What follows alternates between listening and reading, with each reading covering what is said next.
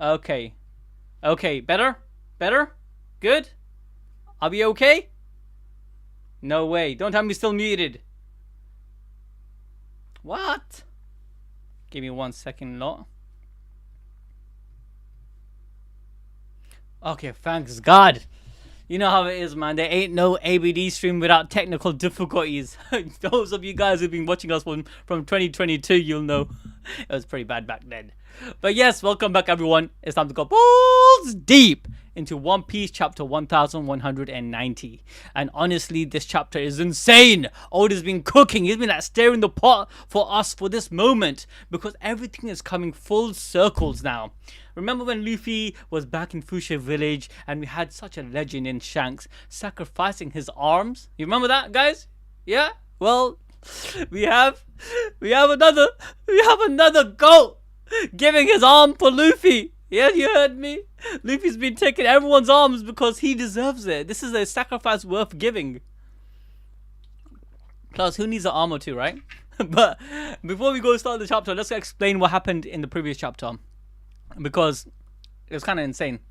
Alright, so last chapter, Luffy was near death doors.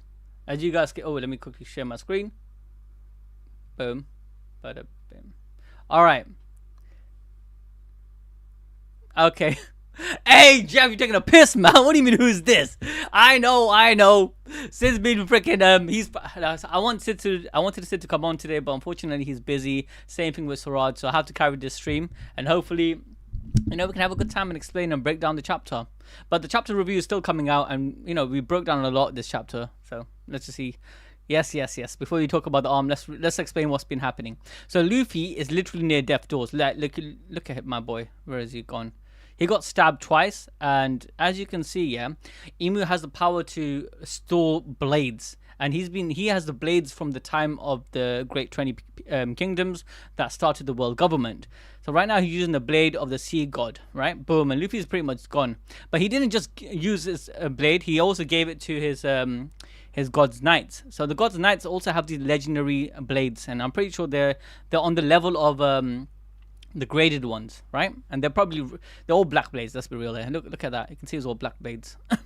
But if you're a swordsman, I'm pretty sure that Zoro can just he can handle it, no problem. But regardless, right before Luffy is gonna get completely cooked, Gaban steps in, and Gaban, honestly, guys, like this is kind of sad because we got old man coming in saving Luffy's life. Luffy's supposed to be at his prime. This man is done. No, but to be fair, we have to remember that Roger and even Rox, when they were at their prime and when they were like literally going at it, they were like 30 years old. Luffy is barely 20. Okay, so let's not give Luffy too much flack. All right, let's go to the actual chapter in hand. So 1190. That's a good question. Where's Dragon? Where's Dragon, Sid? Where's Dragon? Now, honestly, I do think he's going to come in Elbaf. I was thinking either he's going to come in this chapter. I mean, not this chapter, sorry. This arc. Or he's going to be a bigger play in the future. Because, remember, there's a lot of shit that's happening in the Red Line right now. And I believe Dragon is responsible. But Dragon coming makes a lot of sense. Because, remember, Kuma, when he got rescued by obviously, Sabo and them lot. I don't know if he had a chip, but I'm pretty sure they had some sort of device that can track him. If you lose him one time, they should have some contingencies. So maybe they know where he's heading, because when he headed, he went straight to Red Line. And then right after we heard about what's happening in the Red Line, it was like a fire, and just there's a shortage of food because they can't, travel out. It's like a blockade basically around the Red Line. So that was right after we saw Kuma hit the Red Line, and then Kuma from the Red Line had to do his powers, use his power again and go to Egghead. So I mean, it's just a logical inference that he went the direction of Egghead, and from Egghead they went to Elbaf. So maybe Dragon's crew will go to Egghead first, and then from there he's gonna go to Elbaf. Who knows? Or Dragon might not come all together and Sid is gonna just weep in the corner. Anyways, we start the chapter. And this is so poetic because you get a beautiful flashback or like an image of Luffy and Shanks having a good time together. And I'll tell you why this is so important, because this chapter is a not just a character development for Luffy, but it's also a plot. How do you say it? A plot point where Oda's trying to say everything's coming full circles, and this is, I think, this will be Luffy's final moment of leveling up, the realization he needs. I'll get to the why in a second. Anywho, we start the chapter, and Gaban just comes in straight off the bat. Yeah. Hey guys, Temple War, we're gonna put that out. Shout out to Cinephila. Did I say your name right?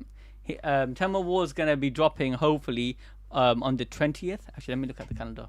I don't want to lie to you guys, and you guys are good. I can't lie. Sid's been cooking on that.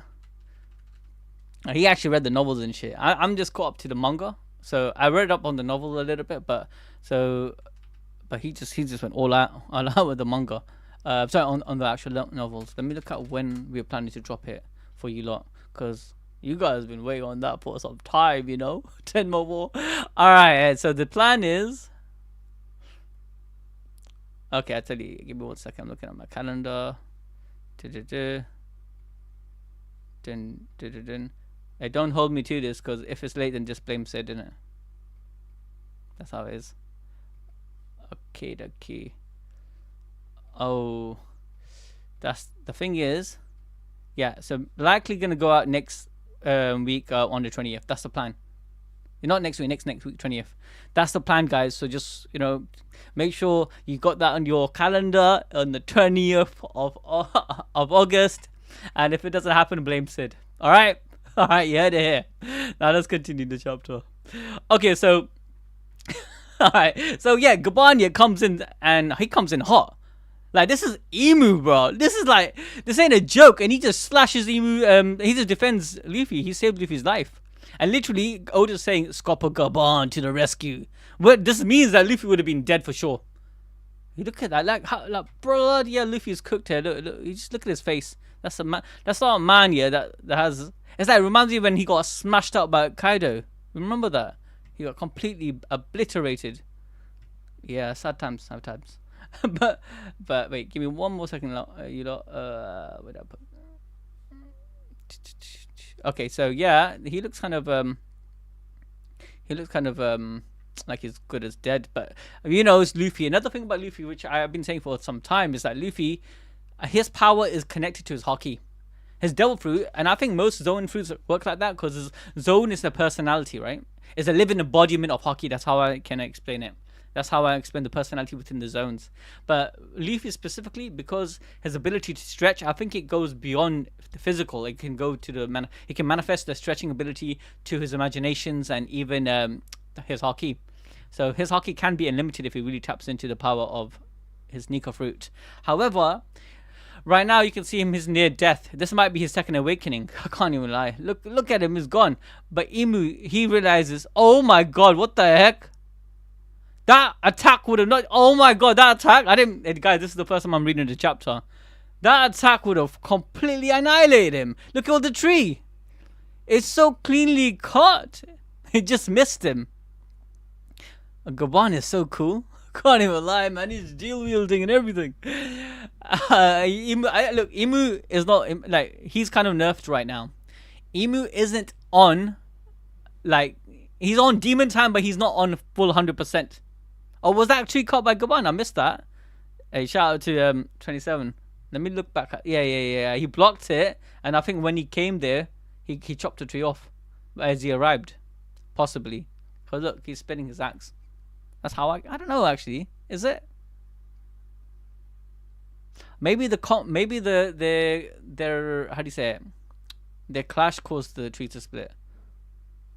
It could be him doing it purposely to free Luffy. But yeah. Oh, it's Gaban's last chapter. Okay, yeah, that makes sense. All right, so Emu comes in, yeah. After that, he's huffing and puffing. As I said, he's not 100%.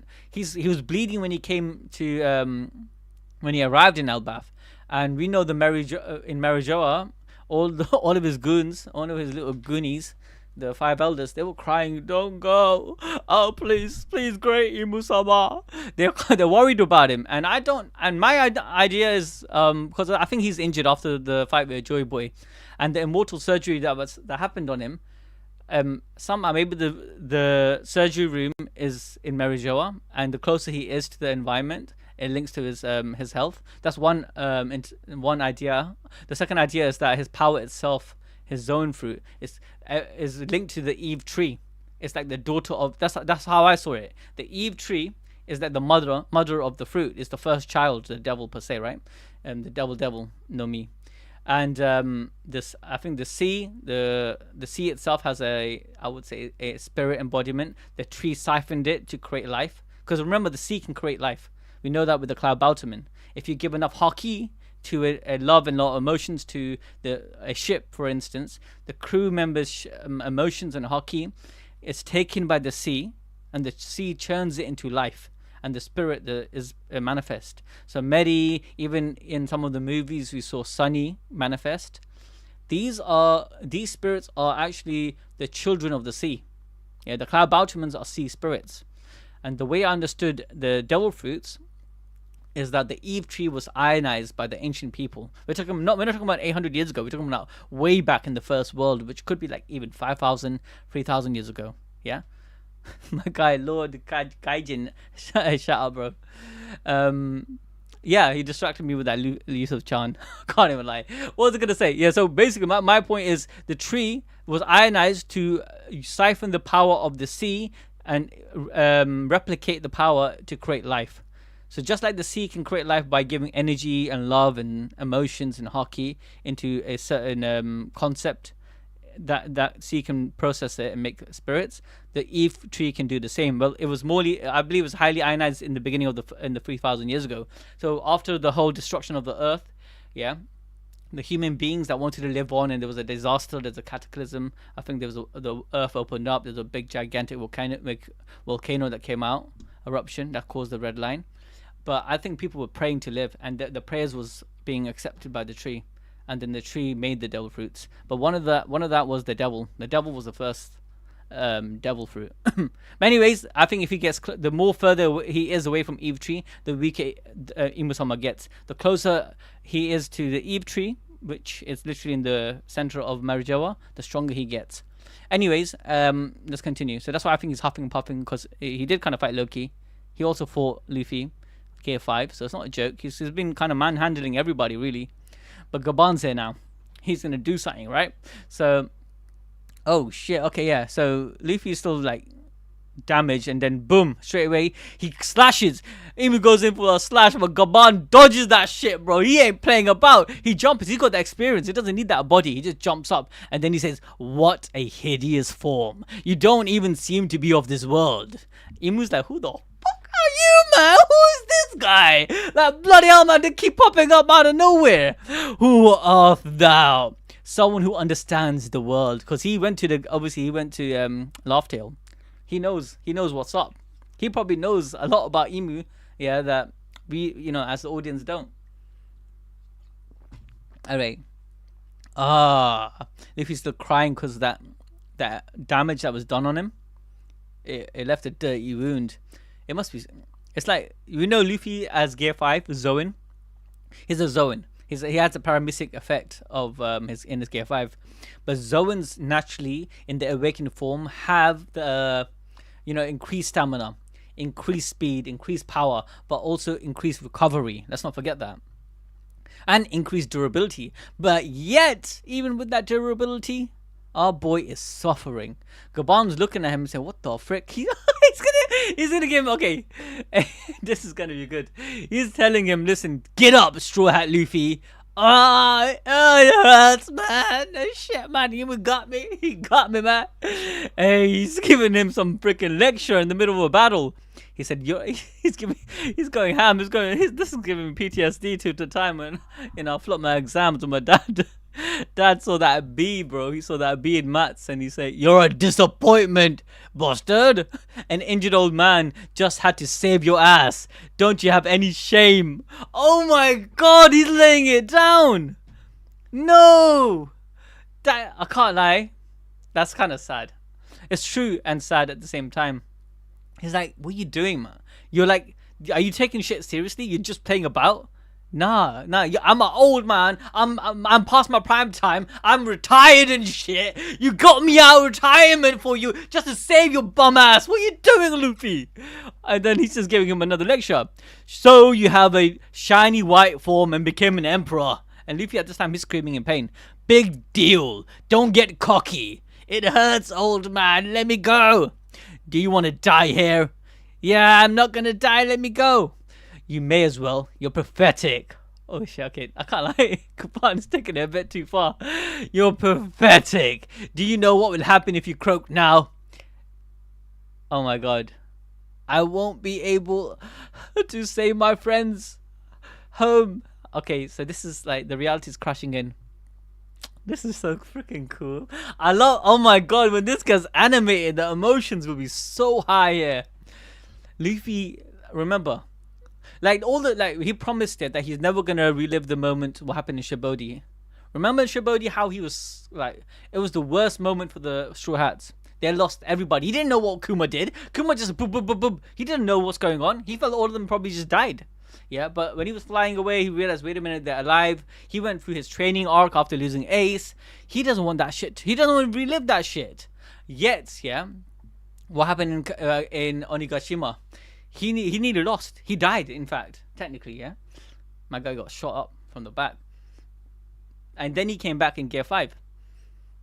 Now, something like this is happening. He's realized, wait a minute, I'm losing. Loki's pretty much done. This place has nobody else. If I'm gone, I'm the last defense. If I'm gone, everybody's gone. So he realized what's at stake.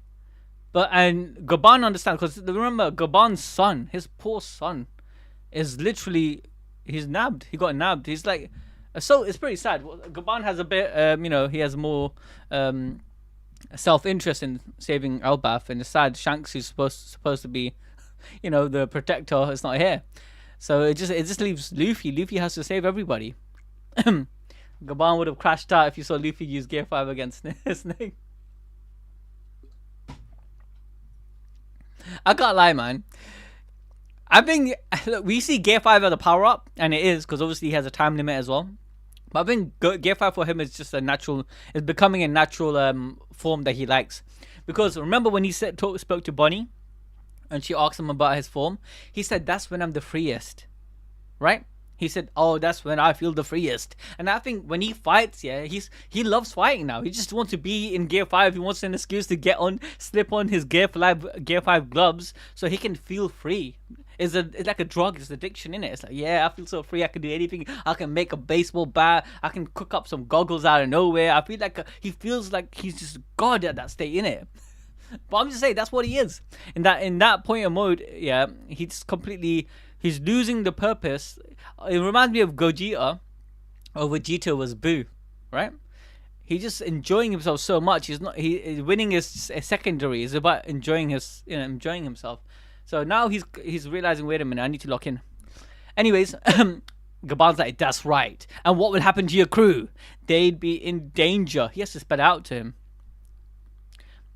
Right. Remember when you rise up in this sea, the number of enemies targeting you only increases. The King of Pirates is the title reserved for one whose death is celebrated, because everyone's gunning for their throne. That's deep. Yeah, and remember, Roger didn't even like that title. That was given to him after he sailed and got to Laugh Tale. But he remembered after he became Pirate King, I'm pretty sure, I don't think he didn't care about titles. He just realized that, with the title like that, it becomes more burden. But he's chasing that shit. That's the difference between Roger and Luffy. Luffy is chasing the goal to be Pirate King, Whereas Roger, I think he just wanted to venture around the world and he wanted to, clock the globe and leave no stone unturned. A shout out to shout. So basically, I bet Dragon, Joeboy, Shanks, and Buggy will be in this arc in the same location as the main battle. But Joeboy is going to be in Luffy's mini vision thing. The way I saw it, right? No, look, let's be real here, guys. This is a shonen, yeah. And because this is a shonen, We know in the end of the story, Luffy's gonna get out on top. He's gonna win. We all know that shit's gonna happen. Maybe he might die right in the end. But I genuinely feel a long, long time ago, 900 years ago, in fact, when Joy Boy fought Emu, they had a big battle. Joy Boy had balls deep observation hockey. It just right when he was about to fight him, and he got betrayed. I think he got betrayed. He got sneaked up. Zanisha got tricked. Because Zanisha got tricked, Emu got his hands on Uranus, and they used Uranus to destroy the kingdom. That's my understanding of how things went. But the battle itself, just as he got tricked, and I don't think in a 1v1 he would have lost. So whatever happened, he got tricked, and Joy Boy was about to lose. He was about to die, but we know he didn't die in his final battle because he couldn't have died, because he would have lived on, and he worked with Lily to preserve the poneglyph, right? And he died probably sometime after that. And we know after when he spoke to Emeth, he left Emeth his hockey in it, his hockey rope, and he left that shit for him. That must have been after the loss against that was after the loss against Emu. So during the fight against Emu, the reason I think he retreated and decided to not fight no more and just leave it to the next generation, I think he had his balls deep observation hockey. We have seen future sight with Katakuri. We've seen it with Luffy. We've seen it with Shanks. We see future sight where they can see a few seconds into the future. But what if my guy's hockey was so big brain? He utilized the power of Nika. Joy Boy, he utilized the power of Nika to stretch his hockey so much that his future sight was stretched so far where he saw the death of Emu, how Emu was defeated. So imagine he saw Emu lose, and then he said, wait a minute, I'm not the one that beats him, but I can see it. I see myself beating Emu, because at this point he's living through Luffy. He sees it through his Nika, the devil fruit that's inside of him, his devil. So he's seeing that shit, yeah, because at that point, yeah, he can see that far in it, future sight. And that's why he decided to back away, not fight again against Emu, and he lost. Emu won. The 20 kingdoms made the world government, and then he took a back seat, and then they preserved the poneglyphs. They in hiding the Davy clan. I believe that wasn't. I don't believe Davy clan was Joy Boy, by the way. I know a lot of people out there thinking, no, Joy Boy is Davy. No, I don't believe Joy Boy and Davy clan, or what's the name? David E. Jones. I don't think they're the same person. I think David E. Jones was the son of the king of the ancient kingdom, right? So the son of the king, technically the prince, so Prince David Jones, he was supposed to be the king, innit? But the ancient kingdom got obliterated by Emu, so Emu took the throne.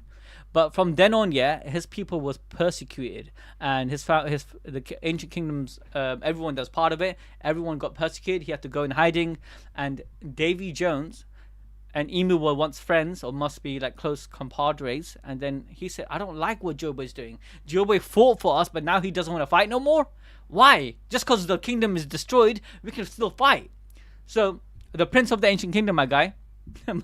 Prince what? Yeah, so I'm saying Davy Jones was the prince, or the true king of the world at that time, because the ancient kingdom was it's like saying the ancient kingdom was like what's the word I'm looking for, the country that's the powerhouse of the world at that point of time. So he's the king of, imagine you're the powerhouse of the world and you're the king of that country. So everyone, you're the true king of the world, per se. So Davy Jones' father, once he died, Davy Jones was technically king.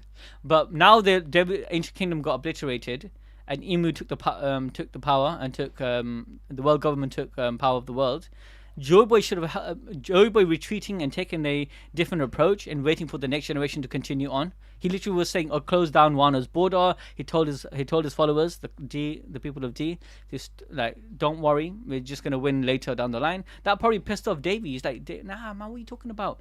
We can't stop here. We've got to fight back. So I think Davy took a different approach, yeah, and he kept on fighting back. He kept on trying to derail the government in his own ways, and piracy became a big thing because of David E. Jones, and that's why he was part of his family was part of the underworld, whereas Joy Boy decided, no, we're gonna win 800 years later. Anyways, that's my take on the two, and the reason why it's relevant is because it comes back to Luffy. Right now, he's not manifested true. He's gonna win. He's definitely gonna beat Emu, so he's not gonna die here. That's foreseen already by Joy Boy. So, but this pep talk by Gaban is so important. So is Davy Jones still alive potentially? I don't think Davy Jones is alive. I think David Jones is dead, and his will, I think the will of people lives on. And what I mean by that is like the death in One Piece is kind of, I don't know how, the way I understand death in One Piece, people don't die. Their memories, their feelings, their emotions, they die. The spirit moves on, maybe to another world. Yeah, right. We know that's real. The another world is real because Ryuma was brought back from his body, was brought back to some sense when Moria brought back people. So we know some people can be brought back, yeah, and by using like the essence or a spark in other people, like the shadow that we saw in Brook. And we know immortality exists. We know a lot of things like the hell exist.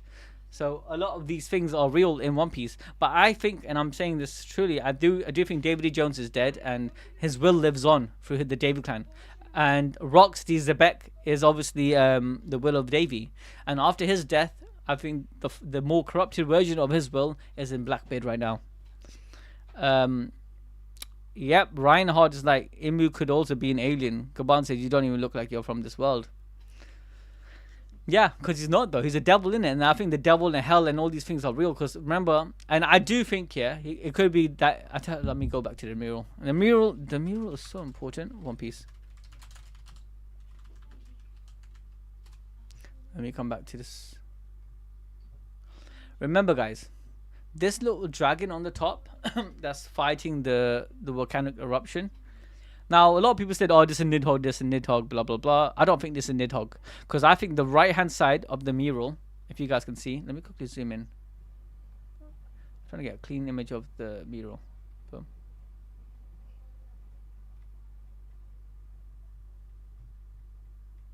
Blimey, how is it so hard to get? It's just one freaking picture. Okay, I think this is it. There you go. So this picture of the mural, I said this from the beginning, and the One Piece episode confirmed this. I said this for the moment the mural dropped. This is my understanding. This part of the mural, the right side of the mural, is literally the first world. The world which is not 900 years ago, but way before that shit. We're talking about maybe 3,000 years, 5,000 years ago. The reason I'm saying 5,000 years, I'm not pulling it out my hat, by the way. I'm saying it because, remember, what's her name? Robin, when she was speaking about what she was reading from the poneglyphs to Crocodile, she was talking about Arabasta and how Arabasta was an ancient kingdom before this, I think it was the sea circle, the age of the heavens, and that happened 5,000 years ago, right? So we know the world and civilization has a 5,000 year history. So or along those lines, and I'm saying this right side is the first civilization when Earth got to its prime. We're talking about an ancient civilization where technology was at its height, the Earth was being abused for its resources, so on and so forth. But there was some supernatural powers, like the Mother Sea was still able to create life or create spirits, and all of these things existed to that level. Like Cloud Bouterman was said to be an ancient fable, a myth, which people forgotten over time.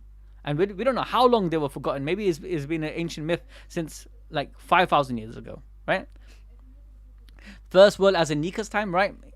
I'll get to that. So first world as in not Joruba's time, but Nika's time. Well, Nika for the first time was manifested in the first world. And the reason why I understand, look, I think this angel that we see over here, can you see this angel near the boat?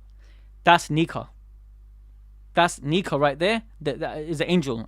That's why when I did this Gear 6 video, we drew, got commissioned, right? Shout out to Santi. His art is amazing. We got Luffy's final form of his Gear 5 with wings, because I believe he's a representation of an angelic being, right? Now, all of this creature on the right and this creature on the left, the way I understood it is that, firstly, this serpent, I thought it was a metaphor. It was actually a volcanic eruption. That's how I saw it. I know people know this is an actual beast that was fighting, blah, blah, blah. But I see it as a metaphor that it's an eruption from the earth. The earth basically gave up. Constantly mining and constant taking over its resources, stealing the power of the sea and ionizing the tree. Because look what's happening. There's a ship. Let's call it Uranus. Oh no, let's call it, I don't know, it's modeled after the Maxim. You know, the one that Enel uses. They were shooting electricity, and I think they're trying to shoot electricity to the tree. This tree is Sunlight Eve. The Eve tree was ionized. Yeah, so when you ionize something, it starts becoming technically it's like magnet. It becomes magnetic, or it starts pulling things. So it was taking energy or pyro, like Sid said, pyro blue, and you know how it's taking that shit from this ocean, and it's siphoning the spirit, the ocean water into the tree, and the power that can create the cloud bitumen was kind of like given to the tree. So the tree was manufactured per se. So now Sunlight Eve is ionized. It's something special now. It can transfer sunlight from the sky to the bottom of its roots. We know that. It wasn't normal. It wasn't always like that. But because of technology, it became like that. But also the effect of the tree was it has the power of the sea, which when you give emotions, when you give feelings, when you push dreams and love and emotion, everything, yeah, into this tree, it will manifest into reality. It'll create spirit. Or it create a power, and the devil fruits, or the fruits, is just a container of such dreams. Now, what happened is this tree is basically that. So now, when that happened, I think this king or the evil human beings, because of the evil corruption and enslavement of people and oppression. Oh shit! I need this game up, guys. My mouth's getting dry, guys. I want to say something quickly. I know I'm diverting, but like, I know we're partnered, and I'm being a bit of a shell here. But gamer subs, yeah, like a lot of the things we do in ABD, I can't lie, it can't be done without gamer subs or some sort of caffeine, because it's so much work. It's so much so much tiresome shit that we do. Gamer subs, yeah, and shout out to Gamer Aid. We got the Gamer Aid right there. And I can't lie, man. So this is like a good product. If you guys got the money, definitely recommend it. Think about it, it's like 30 cents. It's 30 cents a pot. This is like a 30 cents bottle, and it does the job for the day. Compared to an energy drink, you get like it's unhealthy, got all this sugar. Gamer Subs is sugar free. It's keto friendly, and like it's nice. It tastes really good. Sorry, I had to drink that because my mouth got dry. But what was I saying? I was trying to make a point that this spirit, I think this is the devil that got created from the oppression of the humans, the negative, the human people that were the oppressing people. They had immense amount of haki. To take control and dominate over others, you must have a lot of haki. You must have a lot of will, yeah? And it's evil. It doesn't matter about evil and good. He had a lot of evil will, and that manifested the devil. That's how I see it. That's one way to look at it.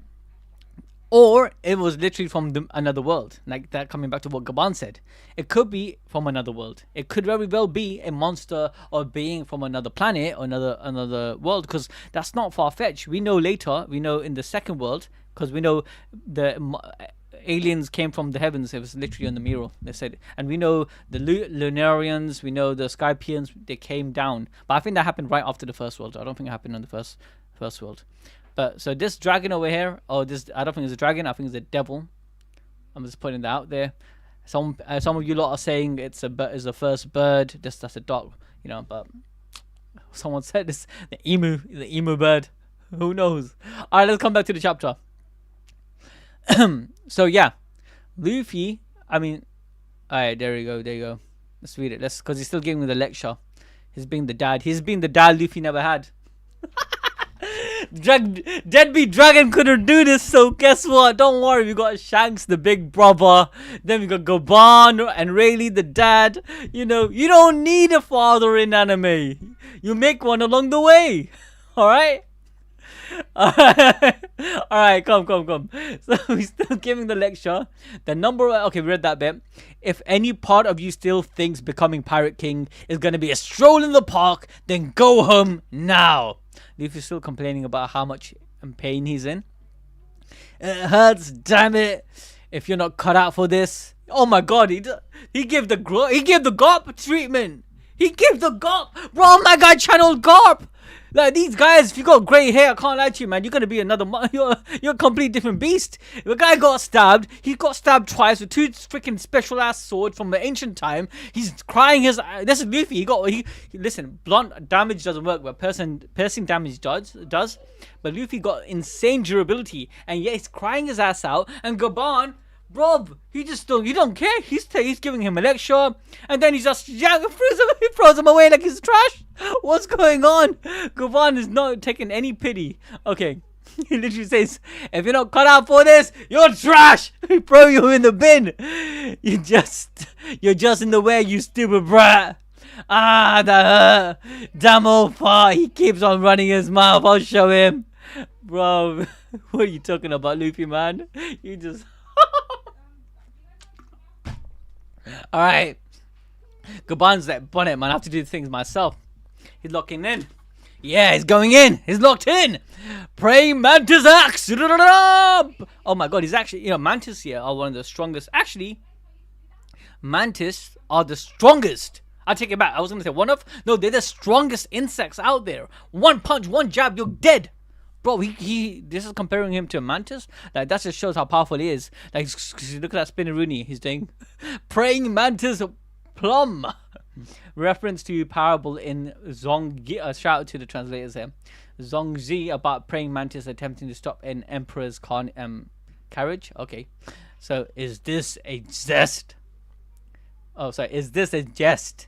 You want to kill him, don't you? Indeed. He's not gonna let that happen. Gaban's not gonna let that happen. Alright. Luffy's still like freaking down for the count. Gaban's like, he really reminds you of him, doesn't he? Joy Boy. Oh shit, bro. He said the name. He said the name, guys. He said it. Gaban said Joy Boy. And the thing is, he knows Joy Boy. Because remember, he read it up in Laugh Tale. He knows about... This is sick. I love this shit, man. I love Oda, man. Why do you do this to me? Okay. He knows about Joy Boy. And he rose the curiosity of Imu-sama. Imu's like, Who art thou? What dost thou know of Mu? He's like, who the frick are you, mate? And then he's like, forget about it. I'm just gonna kill you in it. Honebami Toshiro. Did I say that right? Honebami Toshiro. Bonita, forged by one of the big three of Japanese swordsmith. Okay. What doubts know? Okay, he's just very curious. I would be too, to be honest, because like Gaban, yeah, he's a random old man. He doesn't know who he is. He's a geezer. He's not been in the map for a long time. And he comes out and is speaking about Joy Boy. He actually blocked a couple of Imu's attacks. So it's gonna be like a fright for him. Oh shit! I learned from Joy Boy's own words. Oh my god! He read. It's so bait. We said it to him so many times. In Laugh Tale, there was a final poneglyph which spoke. Joy Boy literally told him about. It's probably his prophecy. I'm telling you guys. I'm telling you. You heard it here. I said it so many times. Joy Boy, right before he lost against Imu. His future sight saw the future. He literally saw that shit. He saw it in real time. But, oh shit, you lose. And then he ran away. He saw Imu lose. And then after he saw Imu lose, he realized, I'm not the one that beats him. It's going to be someone else way down the line. And we know this. I'll give you another proof to this. I'll give you another proof, guys. You think I'm chatting out my ass? Nah. The proof is in the pudding. Alright? Listen, the proof is in the pudding. Not pudding, the character pudding, but listen.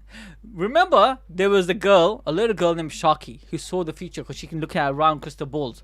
She has the ability to see the future. So some people are born with immense amount of future sight ability, observation hockey, that they can just manifest that shit and see like prophecies. They are prophets.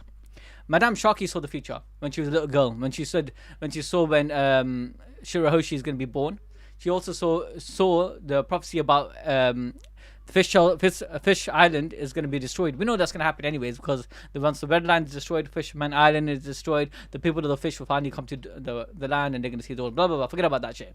But what I'm trying to say is there are people that in the Shaki, she can see the future.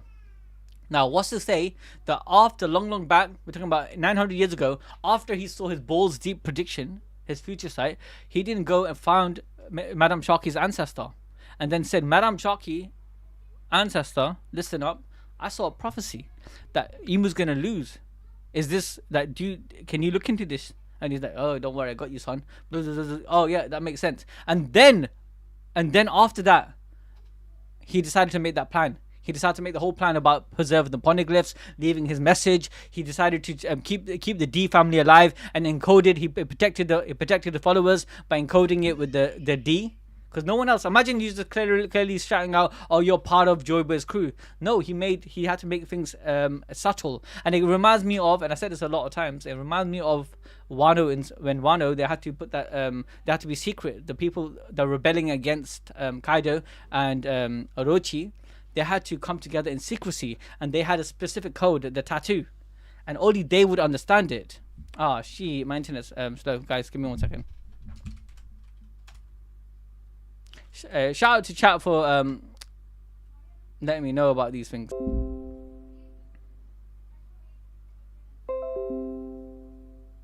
Alright, let's see if this fixes it. Yeah, there you go. It's my VPN. You know how it is, guys. I got a VPN. I have to put that on because sometimes man, you know, when I talk about Emu Sama and Satan Yahoo and all this shit, you know, you got that secret Gorosei agency, you know, trying to do dodgy shit, so you need to put VPN on. But I turned it off for you lot.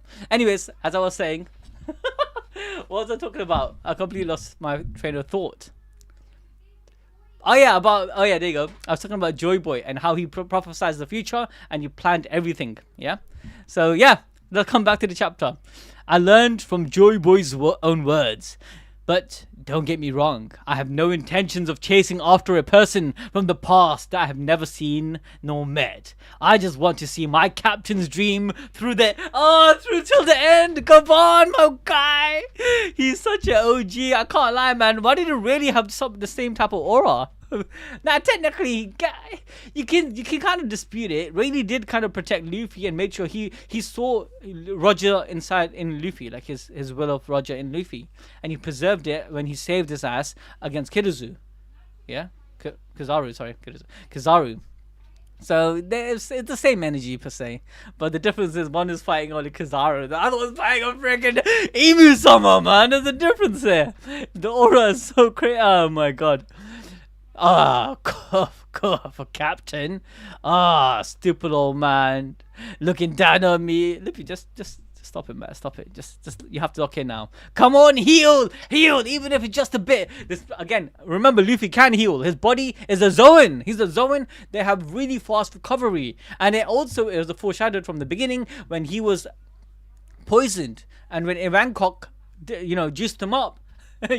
Put that special juice inside him, you know what I'm saying? Yeah, Luffy healed very quickly, and it was like a miracle because he's a Zoan, and that's what he's asking his body to do. He's trying to communicate. This is also a first step here to unlocking the full potential of his Zoan. And I also got another hot take. I don't think Joy Boy he fully unleashed the power of Nika. I hands down don't think that.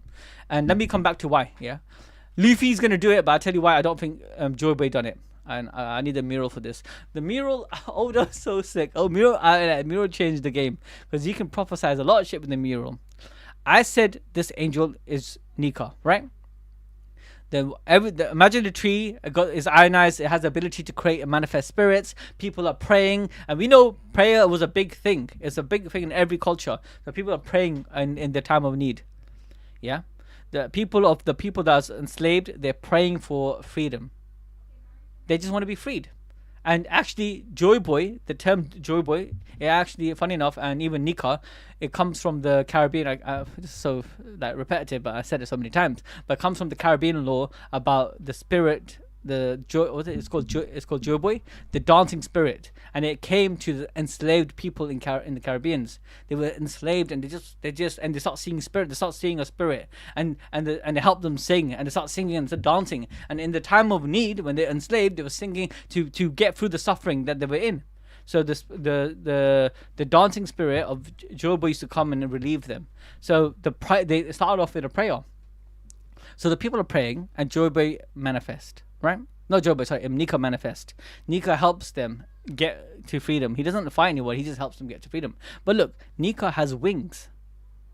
But if we go by this theory, Nika has wings. And we know, by the way, Nika did manifest because I know I don't have it in this picture, but in the mural, it says in the first world, the sun god appeared. It did say that in the first world. So the sun god did appear in the first world, and the second world is Joy Boy's world, and we can see Joy. But this is Joy Boy. This is this panel over here. It's not people. I don't know what some of you guys were on, man. A lot of you guys were saying, "Oh, this is the future. This is the prophecy about Luffy fighting Emu. That's Loki. That's no. I don't. I never thought that's the case. I thought this on the right hand side is not the Joy Boy's world. This is the first world, which is 5,000 years ago. And this over here is the fight between Joy Boy and how do you say it? Joy Boy and what's that? Emu.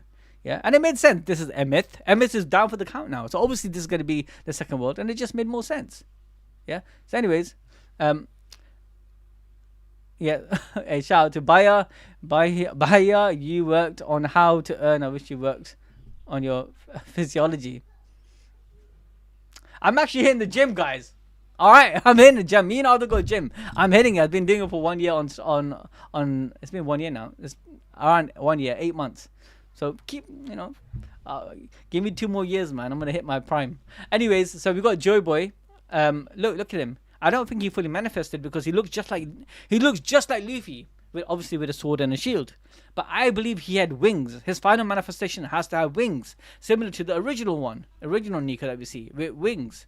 And that's why I don't think this one, Joy Boy, manifested fully. And the reason why I say it, I think this is a hybrid form. And oh man, you guys need to watch the video. I did a great script for that. It's Luffy's Gear 5 explained. Why I break down how certain zones, especially mythical ones, yeah, the more powerful it is, the more to tap into, you have to understand it. You have to understand what it is, and then you can become it. The reason Luffy didn't know about Gear 5 or how to tap into it, one of the stopping points was because he was always told it was a robber fruit. I also said that Chopper has a god fruit because he always thought his fruit was just a human of me, right? But I think it's more than that. I think it's something like a forest god fruit. But he doesn't know that. But once you understand what the fruit is, it's easier to synergize with it and become it. Like another point I want to attend to is that when Kaido first ate his dragon fruit or his fish Ozor model, he instantly turned into a dragon because he knew what it was. He ate it and he clocked, oh yeah, this is it, let me just transform. It wasn't that difficult.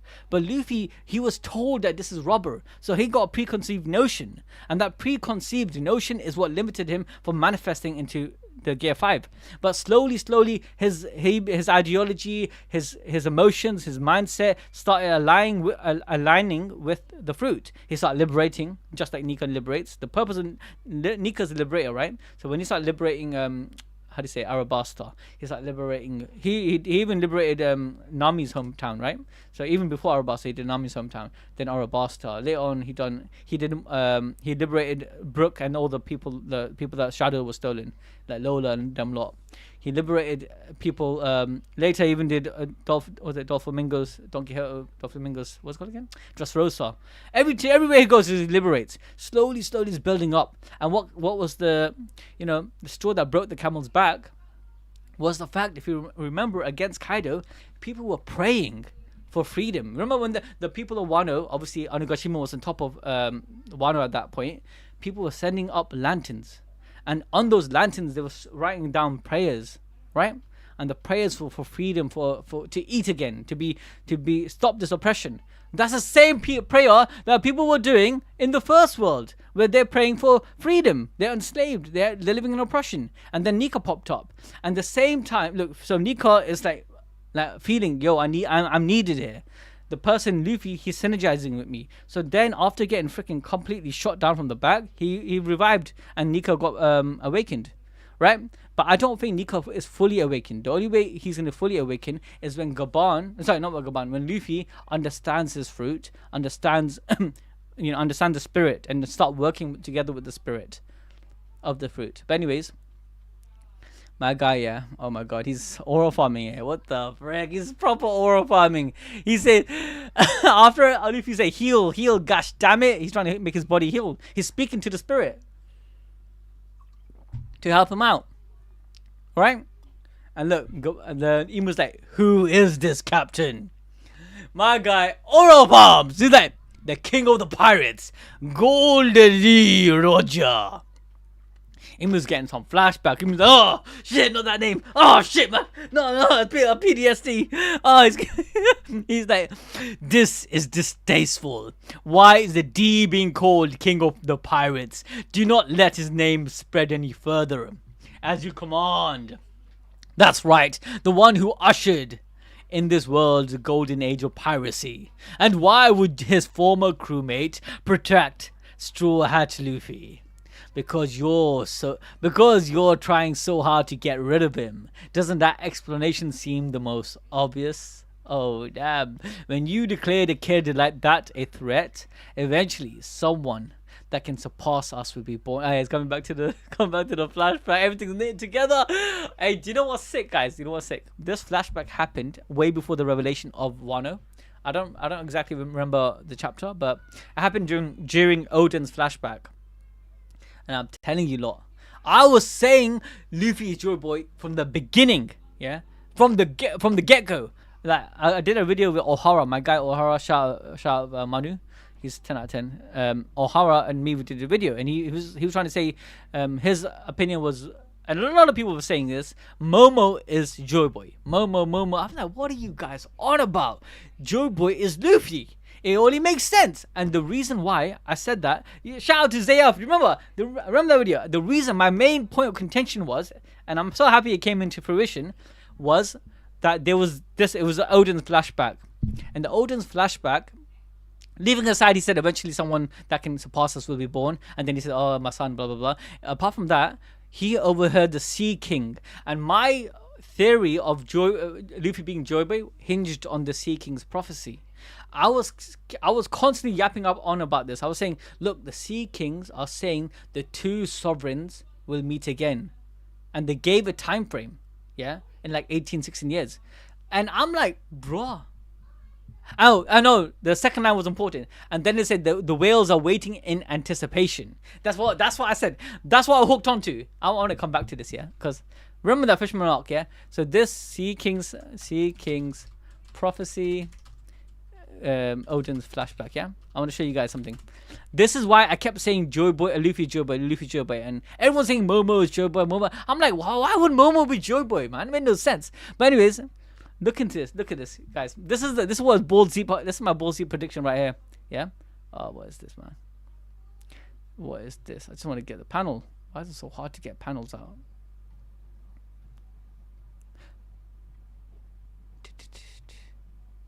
Blimey. There it is. You guys can see it, yeah? We've been waiting so long. It's almost here. And surely we'll go this time. Just listen until they give the birth. But look what they say about anticipation. There you go. This is the full panel. I just want to see it. Bloody hell. Where's it? Let me see. Hopefully I can pull this up. Yeah. The key word was the whales are waiting in anticipation. There you go. The Bertings. Oh man, I just had it. Sorry guys. One more minute. We'll get it. Let me just zoom in like this. There you go. The birthing is at hand. Our sovereigns will soon be born, and another in a distant sea. The whales are delighted in anticipation. The reason, look, of the day the two sovereigns shall meet again. Now, I'm like, yeah, guys, listen to the sickness, yeah, that I had in my head. I'm like, oh my god, I saw this. I'm like, oh shit, it's coming to me. Ah shit, Luffy is Joy Boy. The instantly I said this, because two sovereigns. We know Poseidon was a sovereign. Joy Boy was the first pirate, or technically the first pirate in the world. He was the pirate king. At that time, I was thinking maybe he was the king of the ancient kingdom as well. I can't lie to you. That was my point of contention. But now I believe it's David E. Jones. So obviously the theory kind of progressed over time.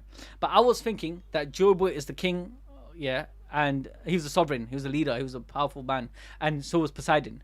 Now the Sea Kings have a lifespan that goes on for a long time, right? So they're saying that they will meet again. So the promise that was failed, the Poseidon's promise that Joy Boy couldn't fulfill is failed, but don't worry, it's going to be fulfilled eventually. Yeah. And they said the whales are delighted in anticipation. Now, when Luffy, guys, remember this, when Straw Hats came out of Fishman Island, when they went to Punk Hazard, right before they did that, we saw a pod of whales. We saw a pod of whales, and then as the moment they got out of seeking the Fisherman Island, all the whales started jumping out and they were like having a little party, bro. I want to show you guys, and that scene is what my main point of contention was. Why I kept yapping on about Luffy's Joe Boy, just that. And what was it? Straw Hats. Yeah, come out of Fishman Island. I'm telling you guys, whales. It's on the chapters, but I knew the chapter by heart at one point. Yeah. There you go. Look at the seal. Remember the chapter, guys. We're here. It's the new world. When they got to the new world, look at the whales. Guys, that Oda is so big brain, and I was telling everybody, and I had another conversation with another brother. This is another Ohara, and he shout out to him. I love the guy. He does great work. Ohara, the library of Ohara. I'm not talking about Manu. Manu, we made a video with him explaining it, but the library of Ohara was. I remember talking about it, and he made a good point. He was saying, "Oh no, I don't want. If Luffy is Joe Boy, then it destroyed the concept of freedom, because then it's just it's like Naruto, and like so he alluded to that. It'll be like Naruto, he doesn't have free will, he's trying to fulfill a prophecy, it's against his Luffy's nature to be free. And I'm like, nah man, it doesn't have to be that Luffy, freedom is at stake if he's a reincarnation of Joe Boy. And it's not a reincarnation, it's just following the will of Joe Boy. That's how I saw it, because Poseidon, like Shirahoshi is not Poseidon. She's like the, I wouldn't say reincarnation. I would say more of like she has the will and haki. It went on until it could resurface in its own ways. But Shirahoshi is his own person, and Luffy is his own person. Just because Luffy's personality aligns with Joy Boy's, it doesn't mean he's trapped by fate. He's trapped by destiny. I don't buy that. But that was one of the arguments that people had against Luffy being Joe Boy. Anyways, I yapped on for too long. Let's go back to the chapter. All right. Okay, so now when you declare the kid like that threat, eventually someone that can surpass us will be born. We're just too early. You may as well have announced that he is the one we've been waiting for. Oh, I just got chills. I just got freaking chills. Holy shit, guys. Bloody hell, this chapter. Oh my gosh. I just got chills, I can't lie. Luffy, my guy. Oh my god. And Luffy's like, a valid point. We were hasty and foolish. Perhaps we simply mistook numerous coincidences for fate. Let us put an end to this. What? You idiot. Wait, you idiot. Okay, I need to zoom into this. Can't lie, man. I love One Piece, guys. Like, come on, you guys are feeling what I'm feeling, right? I can't be the only one who has this chills in my hair, like pricking out my skin. I don't know what it is about good manga and just good story writing when it comes full circles, and when things like this just come like start happening. Oh my god, I can't even put it into words. What the frick? You know what? I've been watching One Piece since I was a little kid. I say it so many times. One Piece is like even Naruto, One Piece, even Dragon Ball at the time, and Bleach. I was watching it since I was a little kid. Honestly, yeah.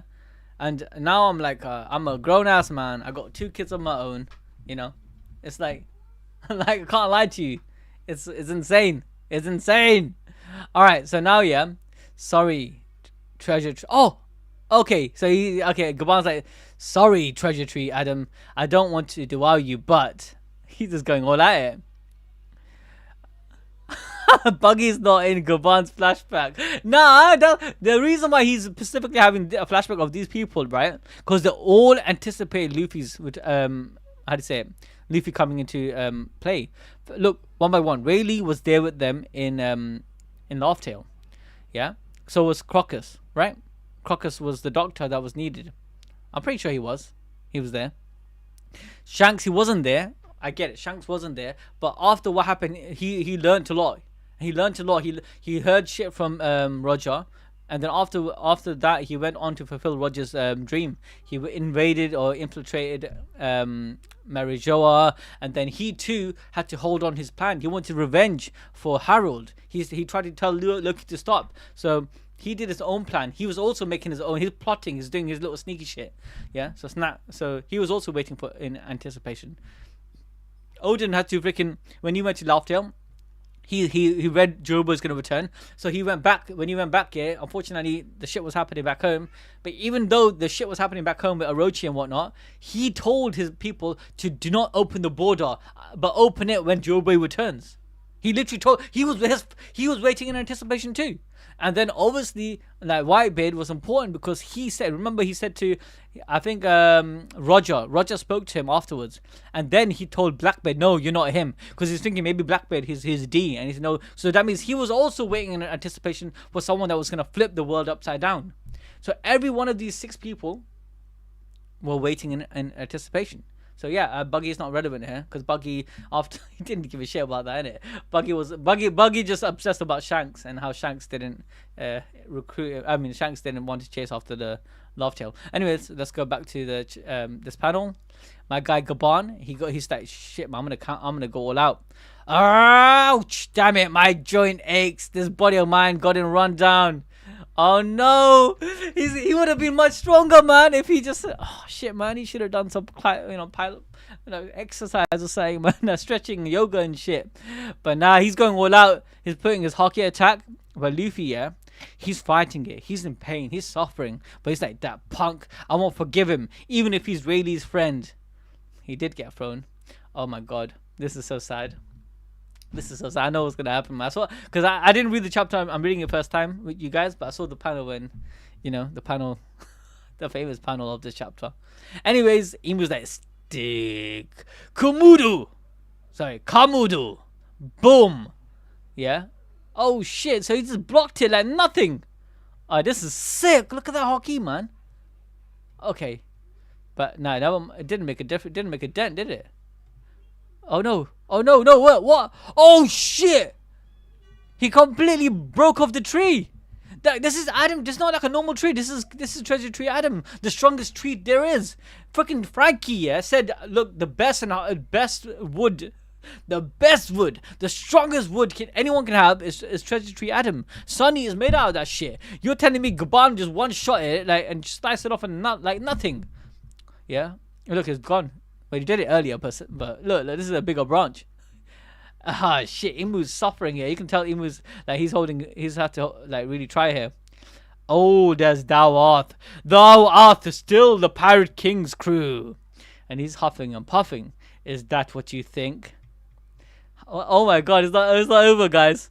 It's not even over. 8,000 slash grim throng. Oh, ne bummy. And you just going at it, man. Gosh, dang it. Now, Gaban's built different. Gaban is built different. I don't think we've seen anything at this scale with Rayleigh. Like, Rayleigh, I know he was playing with Kizaru, but like we haven't really seen anything from. But we know him and Rayleigh, we know Gaban and Rayleigh were like on the same level, so that means Rayleigh would have been a freaking good match too.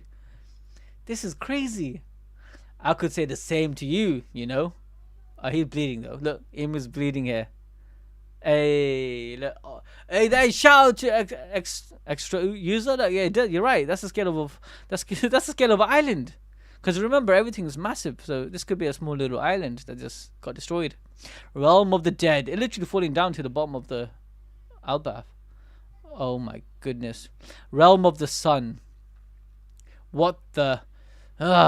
What did Luffy do that? No. It was someone else, and they're strong, overwhelmingly strong. Huh? Okay, he's out. Shit, he's out. Shit, they did it. What the? Hey, I'm getting pissed off, man. Oda, what the frick? What? I'm not gonna lie to you. I thought there'll be a panel that shows how it happened, but did they just skip it? What the? Did Oda off screen my guy getting busted up? Nah, man. Oh, this was gonna be a 10 out of 10 chapter. It's still a 10 out of 10 chapter, but like, come on, man. What? So he just did so much damage. He destroyed the tree. He made Imu bleed. Like, my guy Imu's bleeding. Look, go to his face. Look, can you see his eyes, his head? He's bleeding. He's suffering here, right? And then it's just like, it's like Gojo, bro. It's like when Gojo got off. It's like when Gojo this next panel, we saw Gojo is freaking his body slicing off. What is this, bro? What is this? Gaban's hand is gone. I saw this pan, but I thought there'd be a proper splash. I thought we were gonna see Imu go, yeah, and his hand is flying off, man. What is this?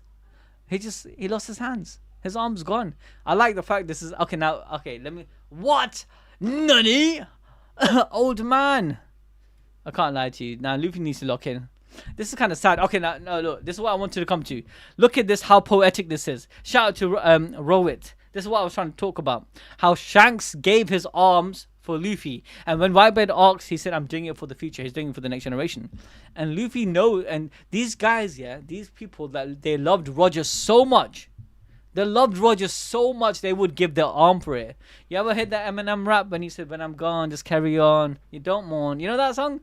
Bro, he literally said, "I'll give an arm. This is something you give an arm for." It's like your own kid, right? This is what's happening here. Gaban literally gave his own arms for Luffy. He has to understand how much these guys want this dream to come into fruition. Luffy was getting pissed at him earlier. He's saying, "Oh, I don't care if you're Rayleigh's friend." Bro, this man just gave his arm for you.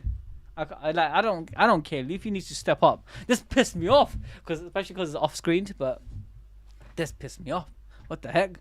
Yeah, correct. It has Marky's shadow in it too. That did the job. Okay, let me go back and see what happened, because I'll be honest with you, this took me out, because I thought there'll be a panel that showed exactly what happened. So we go back up. He's blocking it.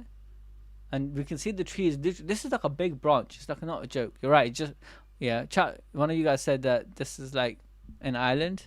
It probably is. Jeremy's like, Gaban got shanked. Literally, his arms got ripped apart.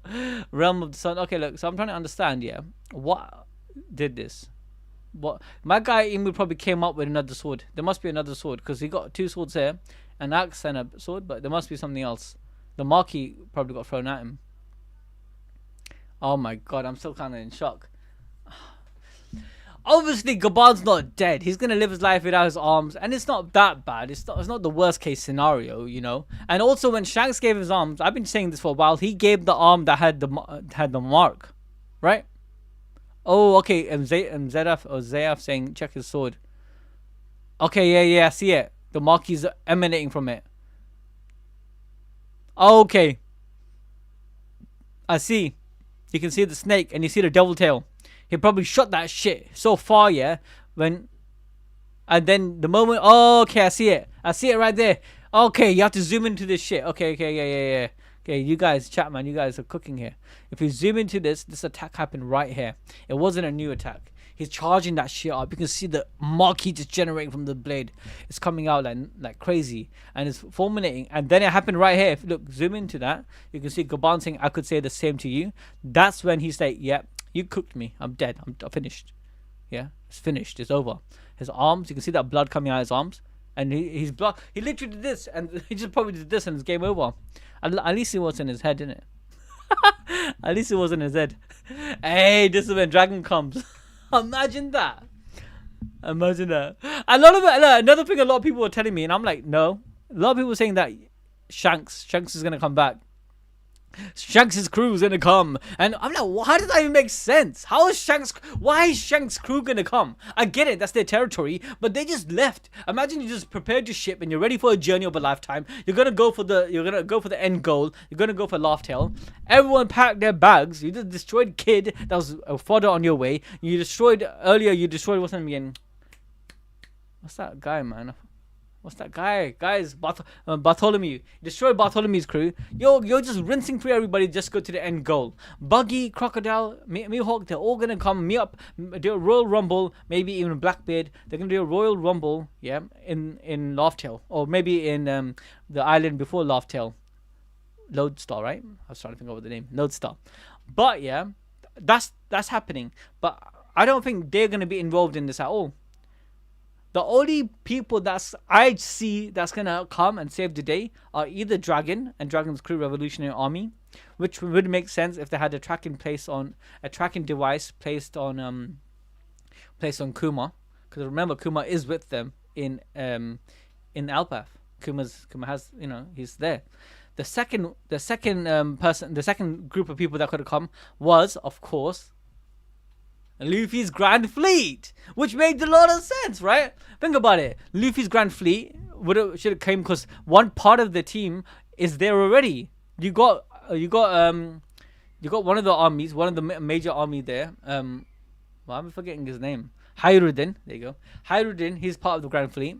All he needs to do is holler up and call the others. You got Cavendish's crew. Well, Cavendish is kind of like a lone army, but you got Bartholomew. Maybe he got busted, but then he can return back. He wasn't that far. He wasn't that far from the. He probably needs a bit of time out after getting destroyed by Shanks, but he can come back. You got the Tartars. Maybe they would come. You know, they probably hear, oh, Luffy's in danger. A lot of people could come.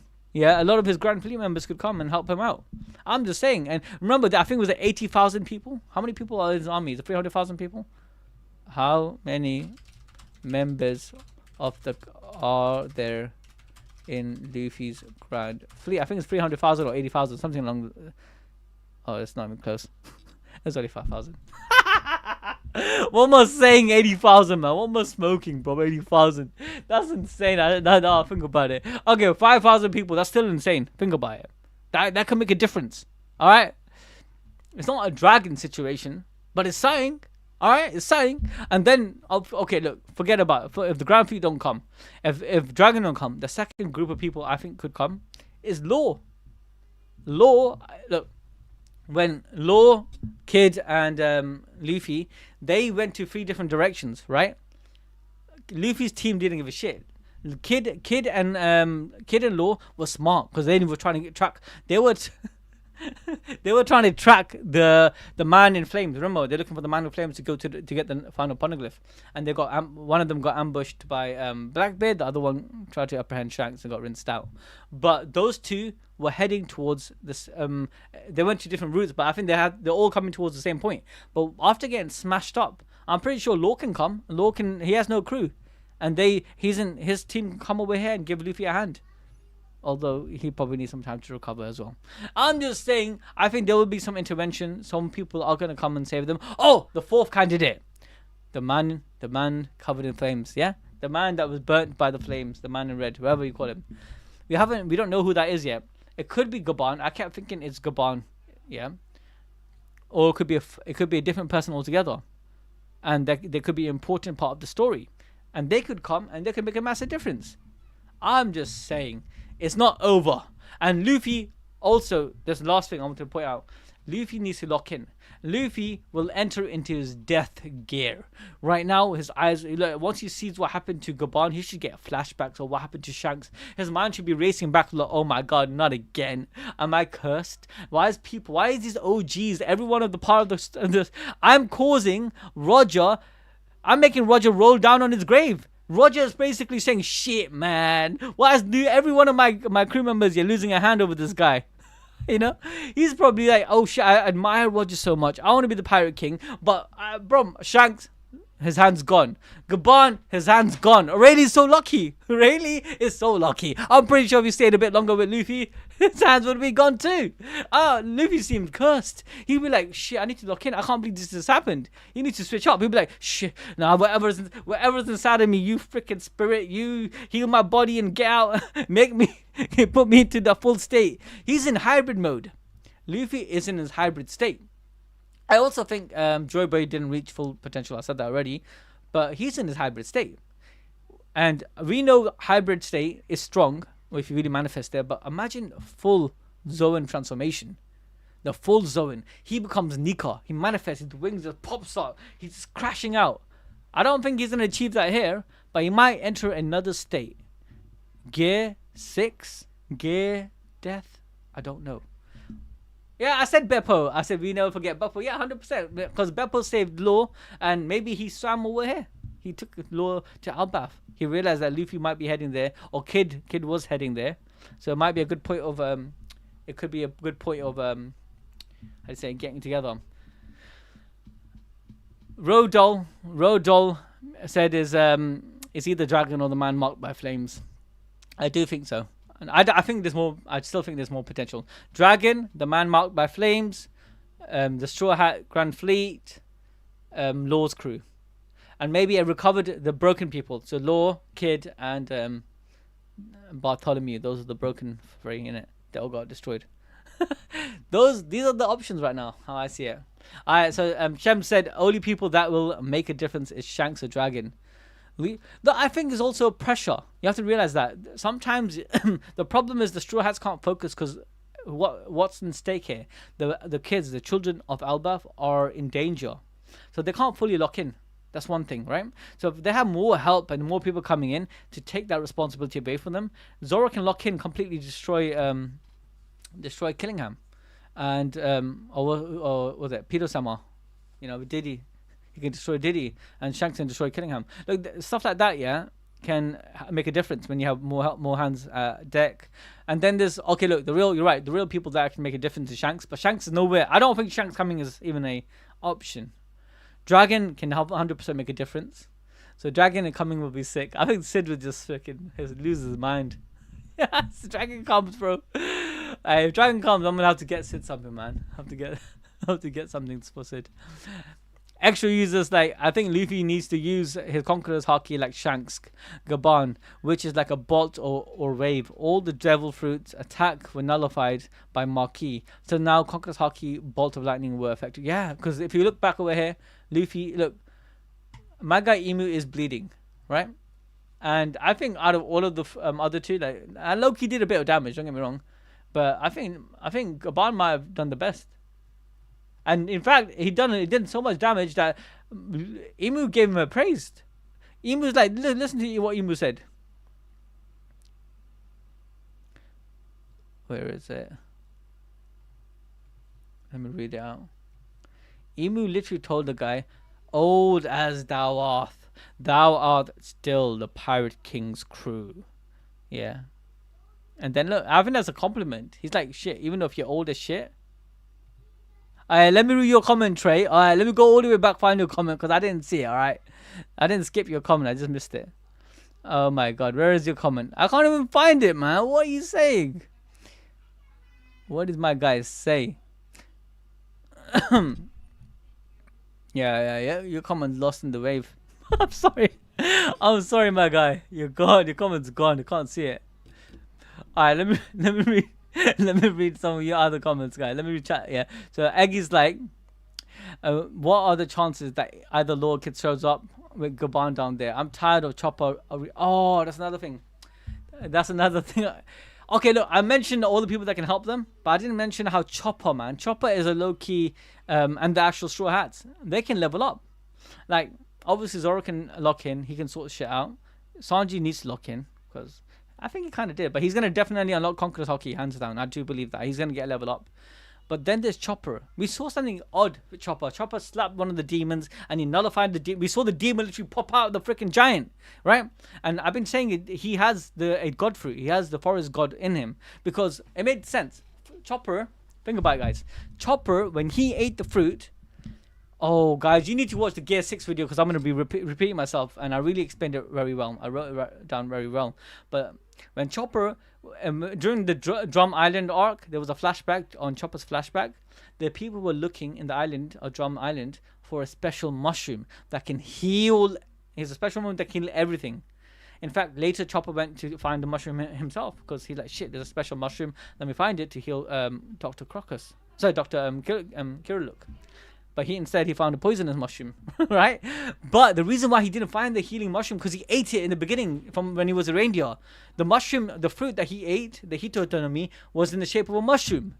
So the mushroom that could heal everything was the fruit he ate.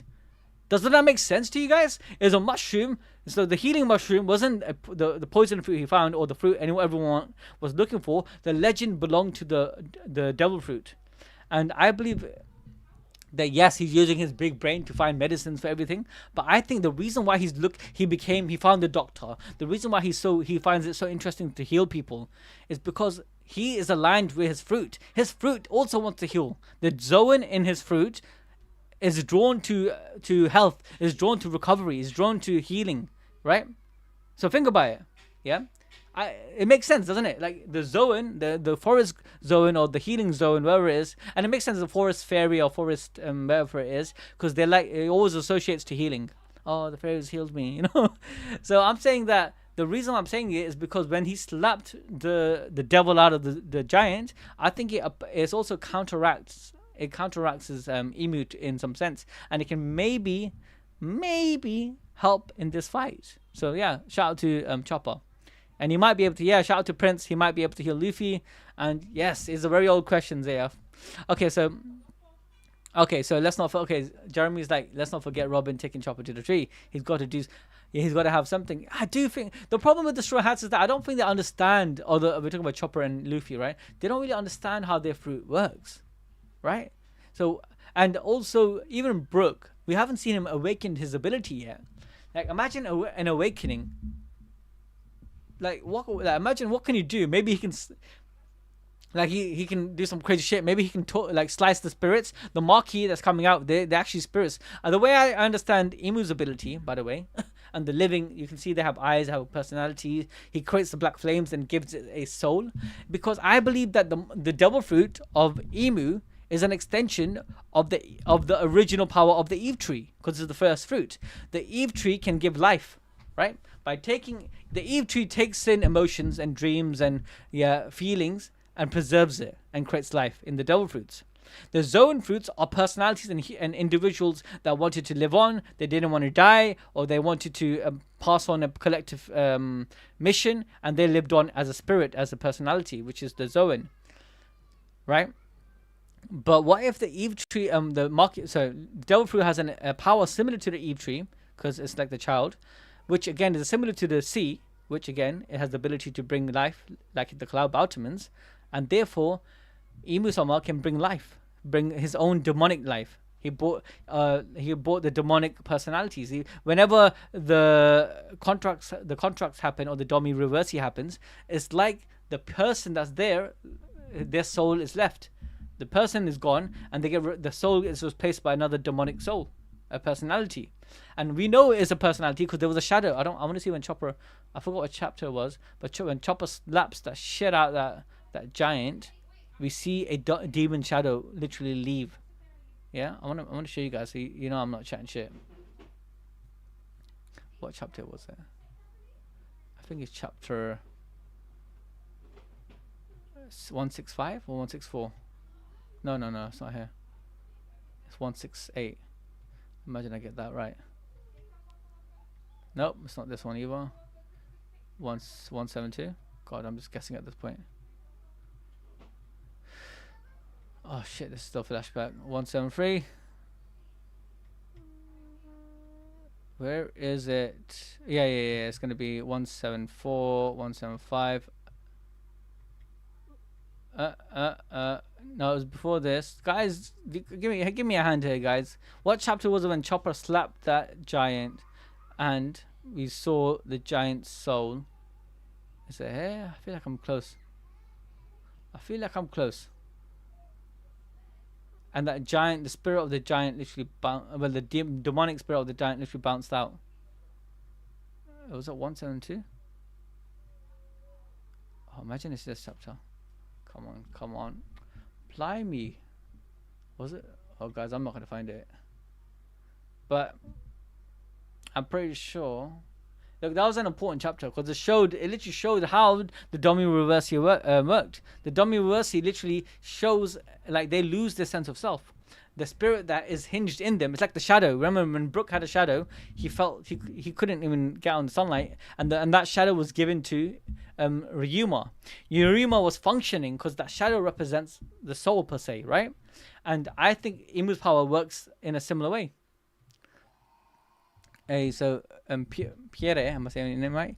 Pierre said, "Do you believe after this talk Nika is coming before Imu leaves?" I don't think Nika is gonna fully manifest in this in Elbaf. Honestly, I don't think that's gonna happen. Hey, shout out to Let Me Smash for becoming Wizard King. Member for 14 months. My guy, shout out to him. Let Me Smash 81 said, Imu is honestly one of the funniest characters Oda has come up with in a while. He's so unintentionally ridiculous. Appears in front of you and rambles. Yeah. No, but you know what it is, yeah? I think, oh wait, what the heck was this? I do think Imu-sama it's not ridiculous. I think it's like, he's like the epitome of badness, of evil, you know? And I think sometimes having a complex character where your anti-hero, it's not always necessary. Sometimes you can have a character which is evil for the sake of evil. Because like even in our world, we have people who are just purely evil. Like there are people who have suffered. Their family were unfortunately they were wiped out, and then they do things later in their life as revenge, or they take an extreme route. They, and later they might join a cause and they get brainwashed and so on and so forth. Those are you can say they're anti-heroes, they're freedom fighters, or the T's, whatever you want to call them, right? But then they're straight up evil people. They're straight up. They just and they fall into their desire. They literally they like to oppress other people. They like to have power. They have racism in their hearts, and they represent pride. And that's what Emu is. The devil in Emu, is a embodiment of pride, embodiment of racism, embodiment of oppression. Is his antithesis to Luffy. Luffy's the embodiment of freedom, liberation, happiness. Everyone just eating and having fun. No, and yeah, so I don't really mind that. I think it's goofy, but it's also very real, in an odd sense. Anyway, I'm not gonna be able to find that chapter when it's probably far back. Yeah, this is a flashback now again.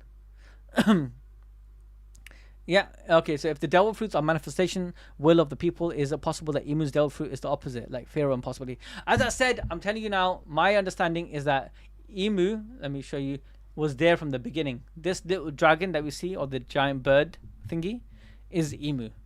This is Emu. So Emu is the first demon. Yeah, this thing over here. And the reason, and yes, you're right. That's what I'm saying. I'm saying exactly what you just said. The feelings and embodiment of a desire. So it's not just the dreams. It's desire. The king over here that's oppressing these slaves, right? They're working in a factory. They're going down. They're carrying resources and so on and so forth. They're enslaved and they have to obey the powerful king, right? Who wants power. He doesn't care about anything. Look at the factories. Everything is so like autonomous. It's just product after product after product, efficiency after efficiency. He's not caring about the natural world. He's not caring about anything. So I think, yes, people like that, once they ionize the tree and the tree siphoned the power of the sea and had the ability to create spirits per se.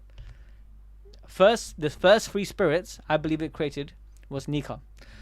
The people that were oppressed to do the bidding of the king, this king, they prayed for freedom.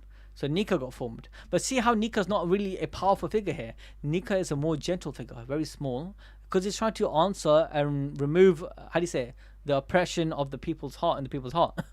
But this king, his desire is great. His desire is rulership and oppression. And therefore, when he and people like him has the same type of emotions, which is greed, which is oppression, which is I'm better than these lowly peasants, these peons. His feelings went on the tree and it formed this beast, which is the devil. That's how I can understand it. Or it could be an alien, but that's one take, right? So yes, so it materialized into an actual spirit. Nika materialized into an actual spirit. Now this little dragon, this little snake thing over here, it could also be the materialization of the earth. The earth has its own wish. The sea has its own wish. For like, bro, my energy is being siphoned. The sea water has been taken in by the tree and being used in a corrupt way. So it's manifested into a reaction. The sea over here, the sea serpent is a reaction. That's how I see it. And I don't really see the sea serpent as just a spirit, but I see it as a volcanic eruption. The reason why I would say it's a volcanic eruption, it makes so much sense that this sea spirit is literally volcanic eruption, because the mural literally said the world engulfed in flames. Now imagine this tree, the middle of this tree, the earth where it's planted, the earth was mined and fracked for so long, it cracked open. When you have a opening of the earth, and we know magma is in the bottom of the ocean, volcanic eruption happens. Islands are formed. You're right, it causes a flood, but islands are formed because of volcanic eruptions. You know that, right? So imagine that happened. Imagine they abused the world so much and they made this amazing tree which can produce spirits and devil fruits and all that shit, right? But the consequence was the earth breaking apart and causing a crack. And that crack, when that happened, the volcanic erupted. And when it erupted, and it's a metaphor, this devil is fighting the flames because it caused it. It's a causation effect. And now the eruption, when it happened, it came out like a freaking, like when a volcano erupts, you see it? It comes a little bit, but then it flies in the sky like a snake. So it comes up, and it comes up so high. This is like the biggest eruption the world ever went through. And it caused and it engulfed all the way around, like throughout the globe, and created a red line. And that makes sense. How else the red line formed? You ever thought about that? The red line isn't, some people say red line is a creature. It's a snake, sleeping snake, it's a zone. I'm like, what are you talking about? The red line is not a snake. If the red line was a snake, then how the frick is a tree from Sunlight Eve popping right out of it from the middle of the middle of the red line? You're telling me the bottom roots of the Sunlight Eve is what gives life to the fish people, and the top of the tree, Imusama's garden is just like chilling in the garden with the top of the tree, and it's coming right out, right through the freaking red line. How the frick can it be a snake? The snake's dead then, isn't it? the snake, if it was a living creature, it'd be dead. It can't be a snake. And we know that the red line also has, how do you say it? The uphill and downhill when the Straw Hats first went to the Grand Line. Come on, man, be realistic. It's a freaking continent. The red line is a continent that was formed because of the volcanic eruption. And the snake over here represents the volcanic eruption. It makes sense, doesn't it? Oh, come on, man. It makes sense. The snake is the volcanic eruption. It finally, and then listen to the logic. Listen to the logic how it makes so much sense. I'm cooking here. I tell you how. When the Earth was fracked for so much and it completely opened up and it caused the eruption to happen. Not only did once the eruption cooled down, what happens when a volcanic eruption happens? Smog, ash, and smog. Imagine such a big eruption. The smog and ash would go around the atmosphere, and what would happen? Darkness. Oh my god! I need to show you the freaking mural, man. The mural, yeah, the mural literally says darkness and mural One Piece. Look at the Oda's making it so clear, but some people are so like. They miss everything he's trying to say. Look what he says. Within the earth there was fire. Mankind succumbed to greed and touched the forbidden sun. The enslaved prayed. Again, the people that prayed, the sunlight, and the sun god appeared, which makes sense because the tree is ionized. It can answer prayers. So sunlight, the little angel, it came. The god appeared. The earth god raged. Remember I talked about the earth and everything. It prayed, and then is a reaction. And with its serpent of hellfire. The serpent of hellfire is the volcanic eruption. It's not a literal serpent. Come on, guys. Yeah. Shrouded the world in death and darkness. Now you're thinking, how the fuck can it? Like death, obviously fire can kill, but darkness, it makes so much sense because after a volcanic eruption, ash goes to the sky. The clouds and the atmosphere gets blocked in ash and smog, and actually that causes an ice age. You know that an ice age happens. When an ice age happens, which makes a lot of sense, imagine everything is so cold now. Life cannot live. No one can live in an ice age. You're so cold. There's no sun coming in. The sun is blocked because of the freaking smog, because of the volcanic eruption. The eruption start cooling down in extremely start cooling out fast because there's no sun coming in. So now the continent start forming, which is the red line.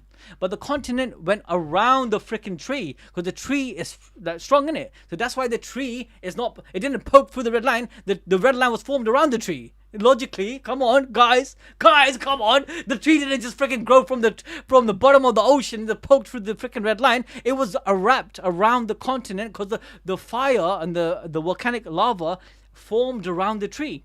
But the tree, when it was uplifted, the roots popped out. But remember, the tree is ionized. It was electrocuted for so long by the special people that now it's so special that it can bring sunlight from the top of the leaves and bring it down to the roots. So the people that wanted to survive, remember, the eruption happened. They're trying to survive. Some of them are like, shit, man. Some of them died. They straight up died. They're dead. Yeah. So they're praying. They make the last prayer. Oh, I want to live. I want to live. Some of them are praying for some jacket. Oh, I want a jacket. Oh, I'm praying for fire. And all of these prayers, collective prayers, went into the tree, and devil fruits start forming. The wishes of the dead. They're about to die. They're making wishes. Now the tree, yeah, it's not the fruits are not formed yet, but all the wishes are getting collected, right? Because all these people are making a mass amount of people. They're gonna get extinct because of this eruption. But all of them are praying their ass out now. Yeah, they're praying as much as they can, and slowly the tree is absorbing the prayer, but they still die. But some of the species, I really believe some of the species, they also got probably extinct. They're praying too. Animals are praying, people are praying, and that's why zone fruits are formed as well. Now let's say the world, yeah, is finally unwrapped in lava. The lava froze, and now the continents formed. Some of the people, the humans at that time, they survived, and the way they survived is adaptation. They have to. Some of them survived outside of in the cold, and the Yeti brothers are probably descendant from the survivors. Because they can adapt to cold environments. Some of them survived on the bottom of the ocean. They might have survived by some technology, and they went to the bottom of the ocean and they started sleeping with the fishes. No, listen. What I mean by sleeping with the fishes, hear me out. They start. That sounds mad now. I put it like that. No, but think about it. They start living in the bottom of the ocean. Because remember, look at this people over here. The boat. Can you see this boat? The Noah boat. The people, yeah, they're all dying. But Noah and Nika helps them get away. And the way they get away, they go right on the bottom of the ocean, and they use the light that's coming from Sunlight Eve to make a community. First is the bubble. They can't breathe in the. Why do you think? Yeah. Why do you think? Think about it logically. Why do you think in the beginning they need a bubble? Why is it so important? Because oxygen, right? The trees are ionized. The tree was bringing in sunlight and oxygen. So then instantly, the people in this boat over here, they went to the bottom of the ocean. They realized, oh shit, the tree has oxygen and has light. Let's go there. So they can breathe. So now the human beings, they're just humans at this point. They're living in the bubbles of the bottom of the ocean of Sunlight Eve. There's hot fire in the sky or on the waters. It's drying out for centuries, for a couple of 100 years, to be cool. So they have to build a community on the bottom of the ocean now. And they're like human beings at this point. But they're like, some of them got freaky, you know, like, oh, they got the fishes. And like, oh shit, that fish look kind of sexy. Some of them did some weird shit. And you know, one thing led to another. Bam! Fish people. Or maybe just adaptation happened, yeah? We can go with that too. Yeah, they just start swimming and slowly the body start changing. That makes more sense too. They don't need to do some dodgy sleeping around with fishes. That sounds kind of mad. But regardless, so now we got the fish people after hundreds of years. And they start, I think the first ancient people were actually giants, by the way. I don't think all of them are giants, and they're kind of shrunk into smaller people. So the Yeti brothers, for instance, they're giants from a different line, because, you know, and the giants, yeah, the Elbaf people, they survived. They somehow survived. So they're giants. They lived above. And then the small people, the humans, I think the humans are small people. I don't even think I think they're from the moon or something. But they could be the offshoot of the giants, the descendants. But regardless of all the adaptation and all the evolution that happened after this first world, that's what I'm saying. So the eruption that caused the red line is the serpent. You have to remember that. The people on the bottom of the ocean survived because of the Sunlight Eve, and they eventually adapted to the fish kingdom, right? Other people around the world start surviving in different ways. But now look at the second world. This is where I think all the aliens start coming in, because Oda's big brain. Look what Oda's saying. Within the void. Another reason my idea of volcanic eruption makes sense. Look what he says. Within the void. What do you mean within the void? That means there's no life on Earth. The reason there's an ice age. There's all darkness. It literally says over here, the world in death and darkness, and they never meet again. They will never meet. It's all darkness. What do you think is darkness? When a volcanic eruption happened, there's no sun coming in. You guys need to learn about the ice age. When the meteor, apparently, I don't know if this is true, but this is what the scientists say, isn't it? Archaeologists and all that shit. Oh, the meteorite hit the Earth. It was a big freaking disaster. It killed all the dinosaurs. Bada bing, bada boom. But that didn't just happen. The dinosaurs didn't die. It caused the ice age. And when the ice age happens, it happened because there's a big amount of smog in the air. Right? So now look at this. Now within the void, there's a breath. The forest god tamed demons. So I think the forest god, again, is the tree. Right?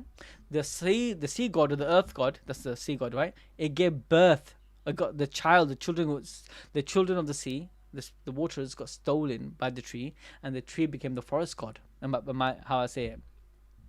The forest god tamed the demons. Or it could be literally, it could also be another epithet to emu, right? Anyways, the forest god tamed demons, and the sun spread the fires of war, right? Those of the half moon, this is what I'm trying to say, this is why I think the aliens popped in. Those of the half moon dreamed.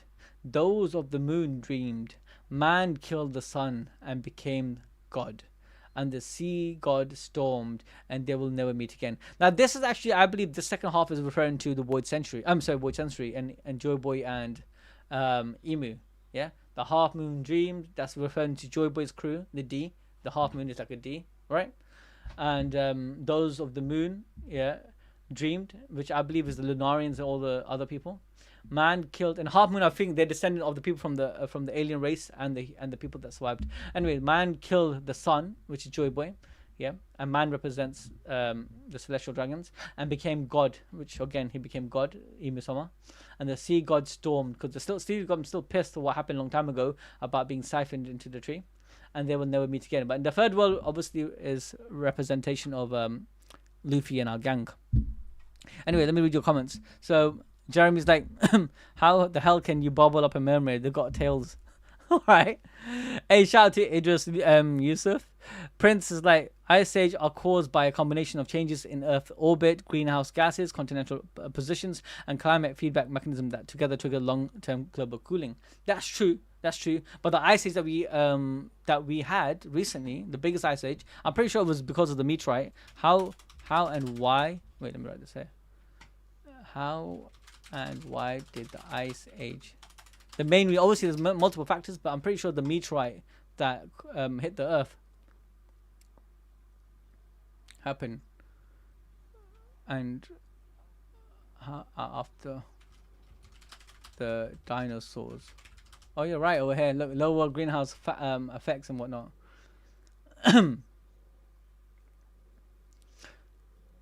Ocean Gate.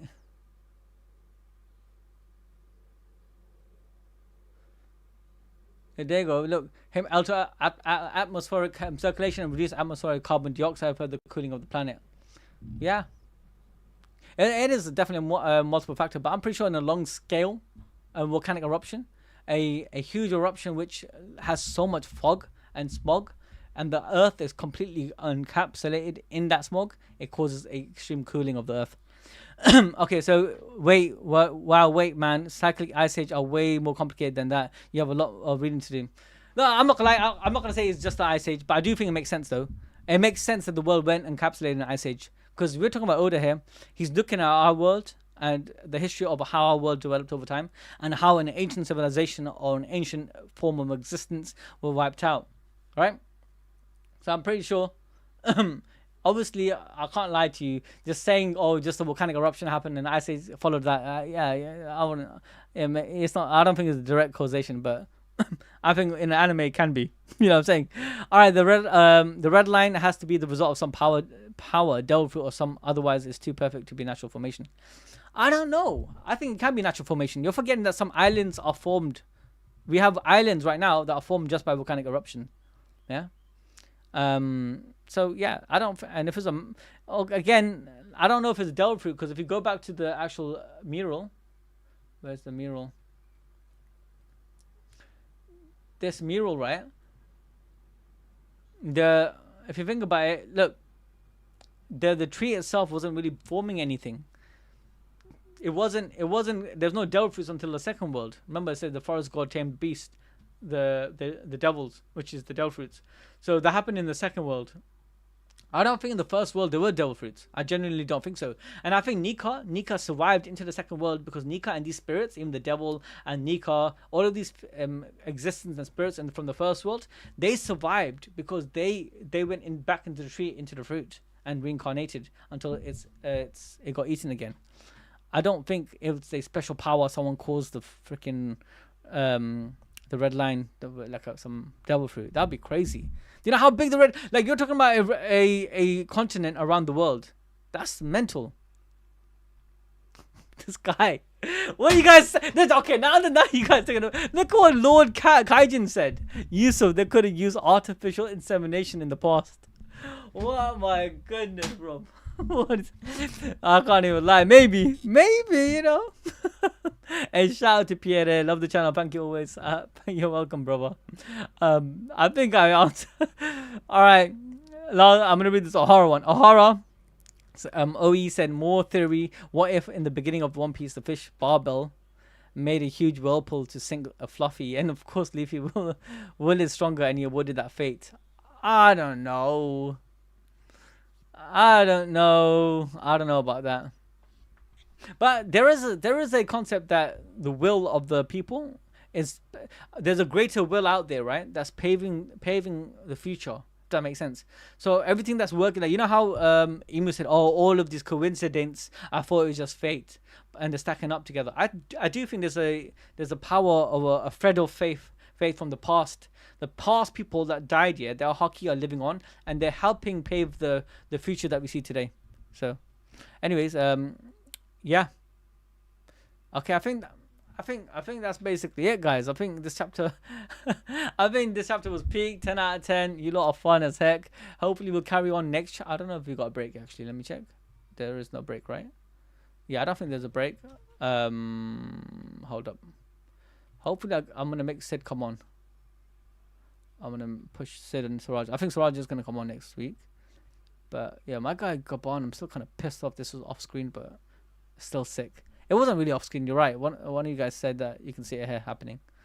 But yeah, yeah. There's a chapter next week, so we'll definitely be on stream next week. The chapter review, full review, will be dropping tonight. So make sure to check that out. And those of you that are waiting for the Tenma War video, it's gonna happen on the 20th. But the next few videos we have is Bleach. We're trying to bang out Bleach, guys. If you have not realized, Bleach is back and it's in its final season. I know a lot of you thinking Bleach is is a whack anime. It lost its aura after it finished against Aizen, and it's okay. Fine. So some of you might have some truth. I'm just kidding. No, it's sick. All right, it's sick. Bleach is sick. You might be right. Aizen was probably the baddest bad guy there is. Yeah, I don't think anyone can like top Aizen when it comes to like mastermind, big brain. But yeah, can't lie. The 1,000-year Blood War arc. I have to give it, man. I have to give it that. I thought the manga was kind of rushed. It could have been a bit more. Pacing could be a bit more better. A lot of things I have a little bit of gripes with the manga, but I don't even mind it. The manga, when I was reading it a long time ago, I enjoyed it even till the end. And the Hellhawk, I've been reading the novels. The Hellhawk, oh my god, I can't wait for it to actually come out. But the 1,000-year Blood War, guys, I wish Burn the Witch came back. Yes, you know, the same universe. It's the same universe as Bleach. That's the crazy thing about it. So you know, that's why I liked it. But yeah, 100% Let Me Smash. I can't wait for that to come back.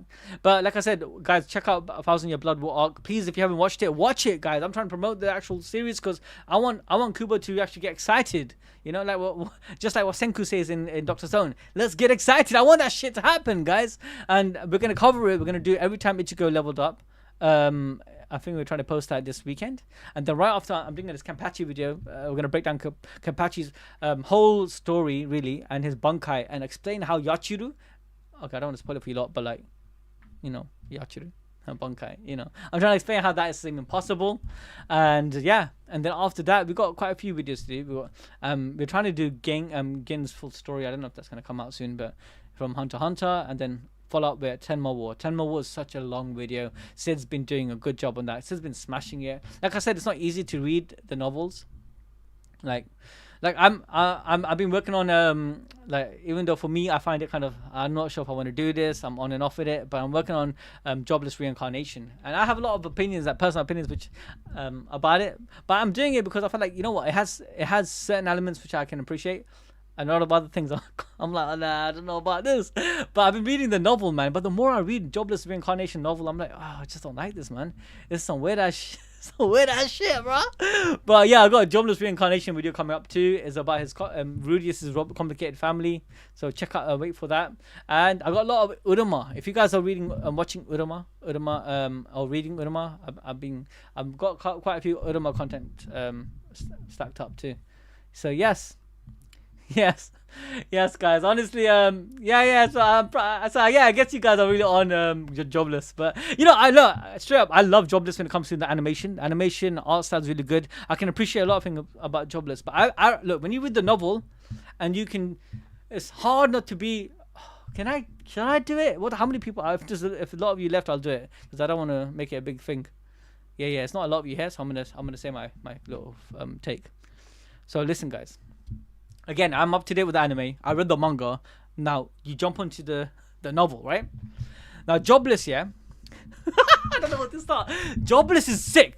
Jobless, don't get me, is sick, yeah, when it comes to the power scaling, Laplace factor, Rudius and his kids. Like, you got loads of kids. You can look past all that bullshit. It's sick. 10 out of 10, right? And I'm going to cover his whole family. That's the first video I'm going to do. His family tree. But listen, guys, yeah? sometimes I have to question. I'm a critical reader. I'm a person who read a lot of novels. I'm a reader. I don't read just manga or watch anime. I read books. Yeah. So I read Game of Thrones. I read the actual Game of Thrones novels and J.J.R. Martin's books. I can appreciate novels which is kind of controversial. I can appreciate that. Like when you build a world where the norm and morality is grey, nothing is right. I mean, in our world, obviously morality, if you don't believe in God. Wait, did my thing just disconnect? I think my thing just disconnected. No! No, there it is back. Sorry, guys. What was I saying? Yeah, I've completely lost my train of thought. Yeah, there you go. So yeah, what's I saying? Morality is grey, right?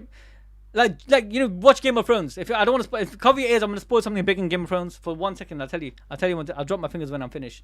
Game of Thrones. You're like, what the frick?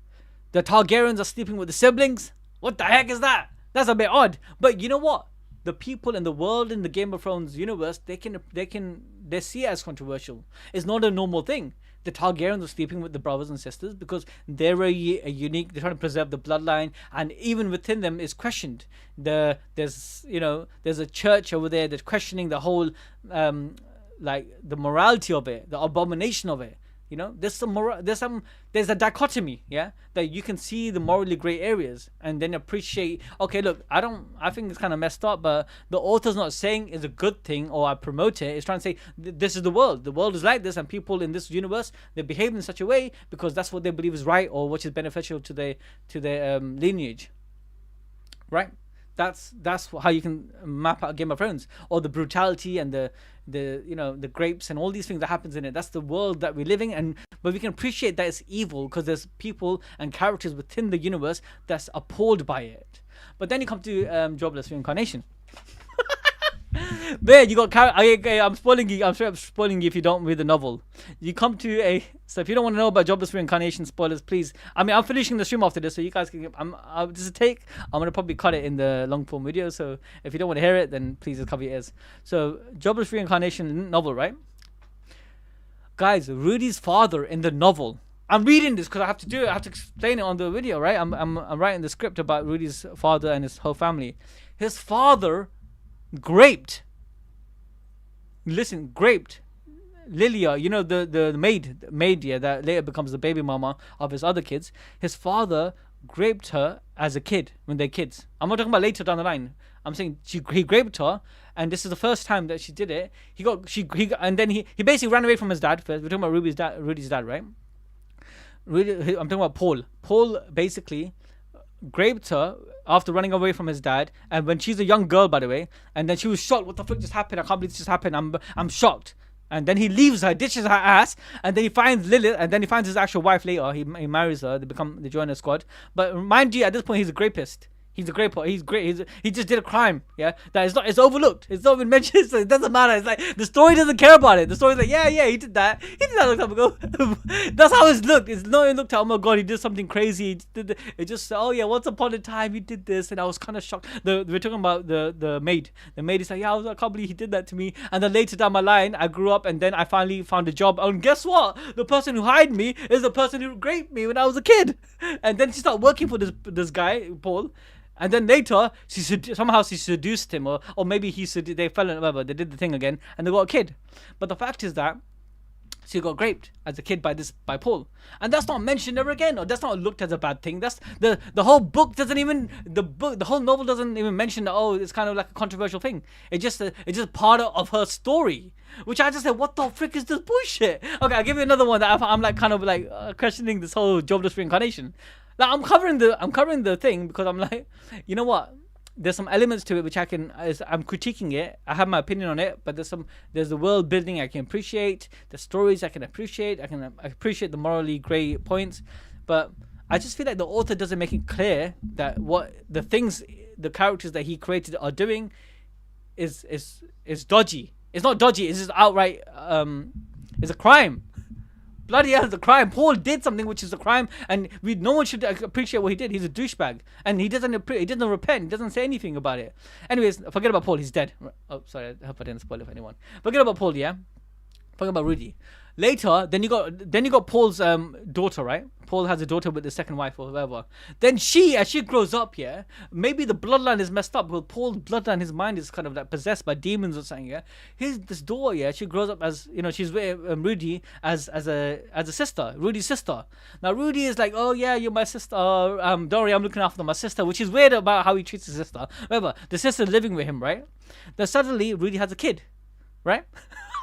You think things are bad with Paul? Rudy's sister, half sister, she freaking she grooms Rudy's son. I don't know what to say, man. And she grooms him, and they marry in the end. I don't know what. You think that's bad, yeah? Okay, forget it. There's so much shit in this novel, yeah. I'm like, I beg this doesn't get freaking animated. I beg to change it. I'm like, bro, I don't know what to do. I'm reading this stuff, but you guys don't understand. You know, Aisha, you said Aisha's 25 in Oz. Okay, fine. You can say in the world of Game of Thrones, Rudy slept with what's her name? Roxy, whatever her name is, yeah. She as a kid, they were like both very young. It's the norm, it's a norm. Yeah, their puberty, it means the adults, they can do that shit. So ours is 11 years old, it's okay, it's not bad. Some people with stupid, weird mindset, they say they justify that. But think about it. Aisha, or Isha, whatever they call her name is, she raised the boy. She knew the boy, the baby, as a baby. She raised the boy. You know, this that whole freaking sick. And then after Rudy's okay with it. Yeah, okay, this happened. What the frick is happening? Okay, fine. He's like in the beginning, he's kind of weirded out, yeah, but it just normalizes. It normalizes the shit, man. I don't know what to say. Okay, this is one thing. I can build hundreds of weird shit. So I don't know what to say, guys. I don't know. So jobless reincarnation, I'm covering it, and I'm gonna talk about it in the actual video. So if you want to learn about these things, how it's crazy shit happens in it. Yeah, you learn if you watch the videos.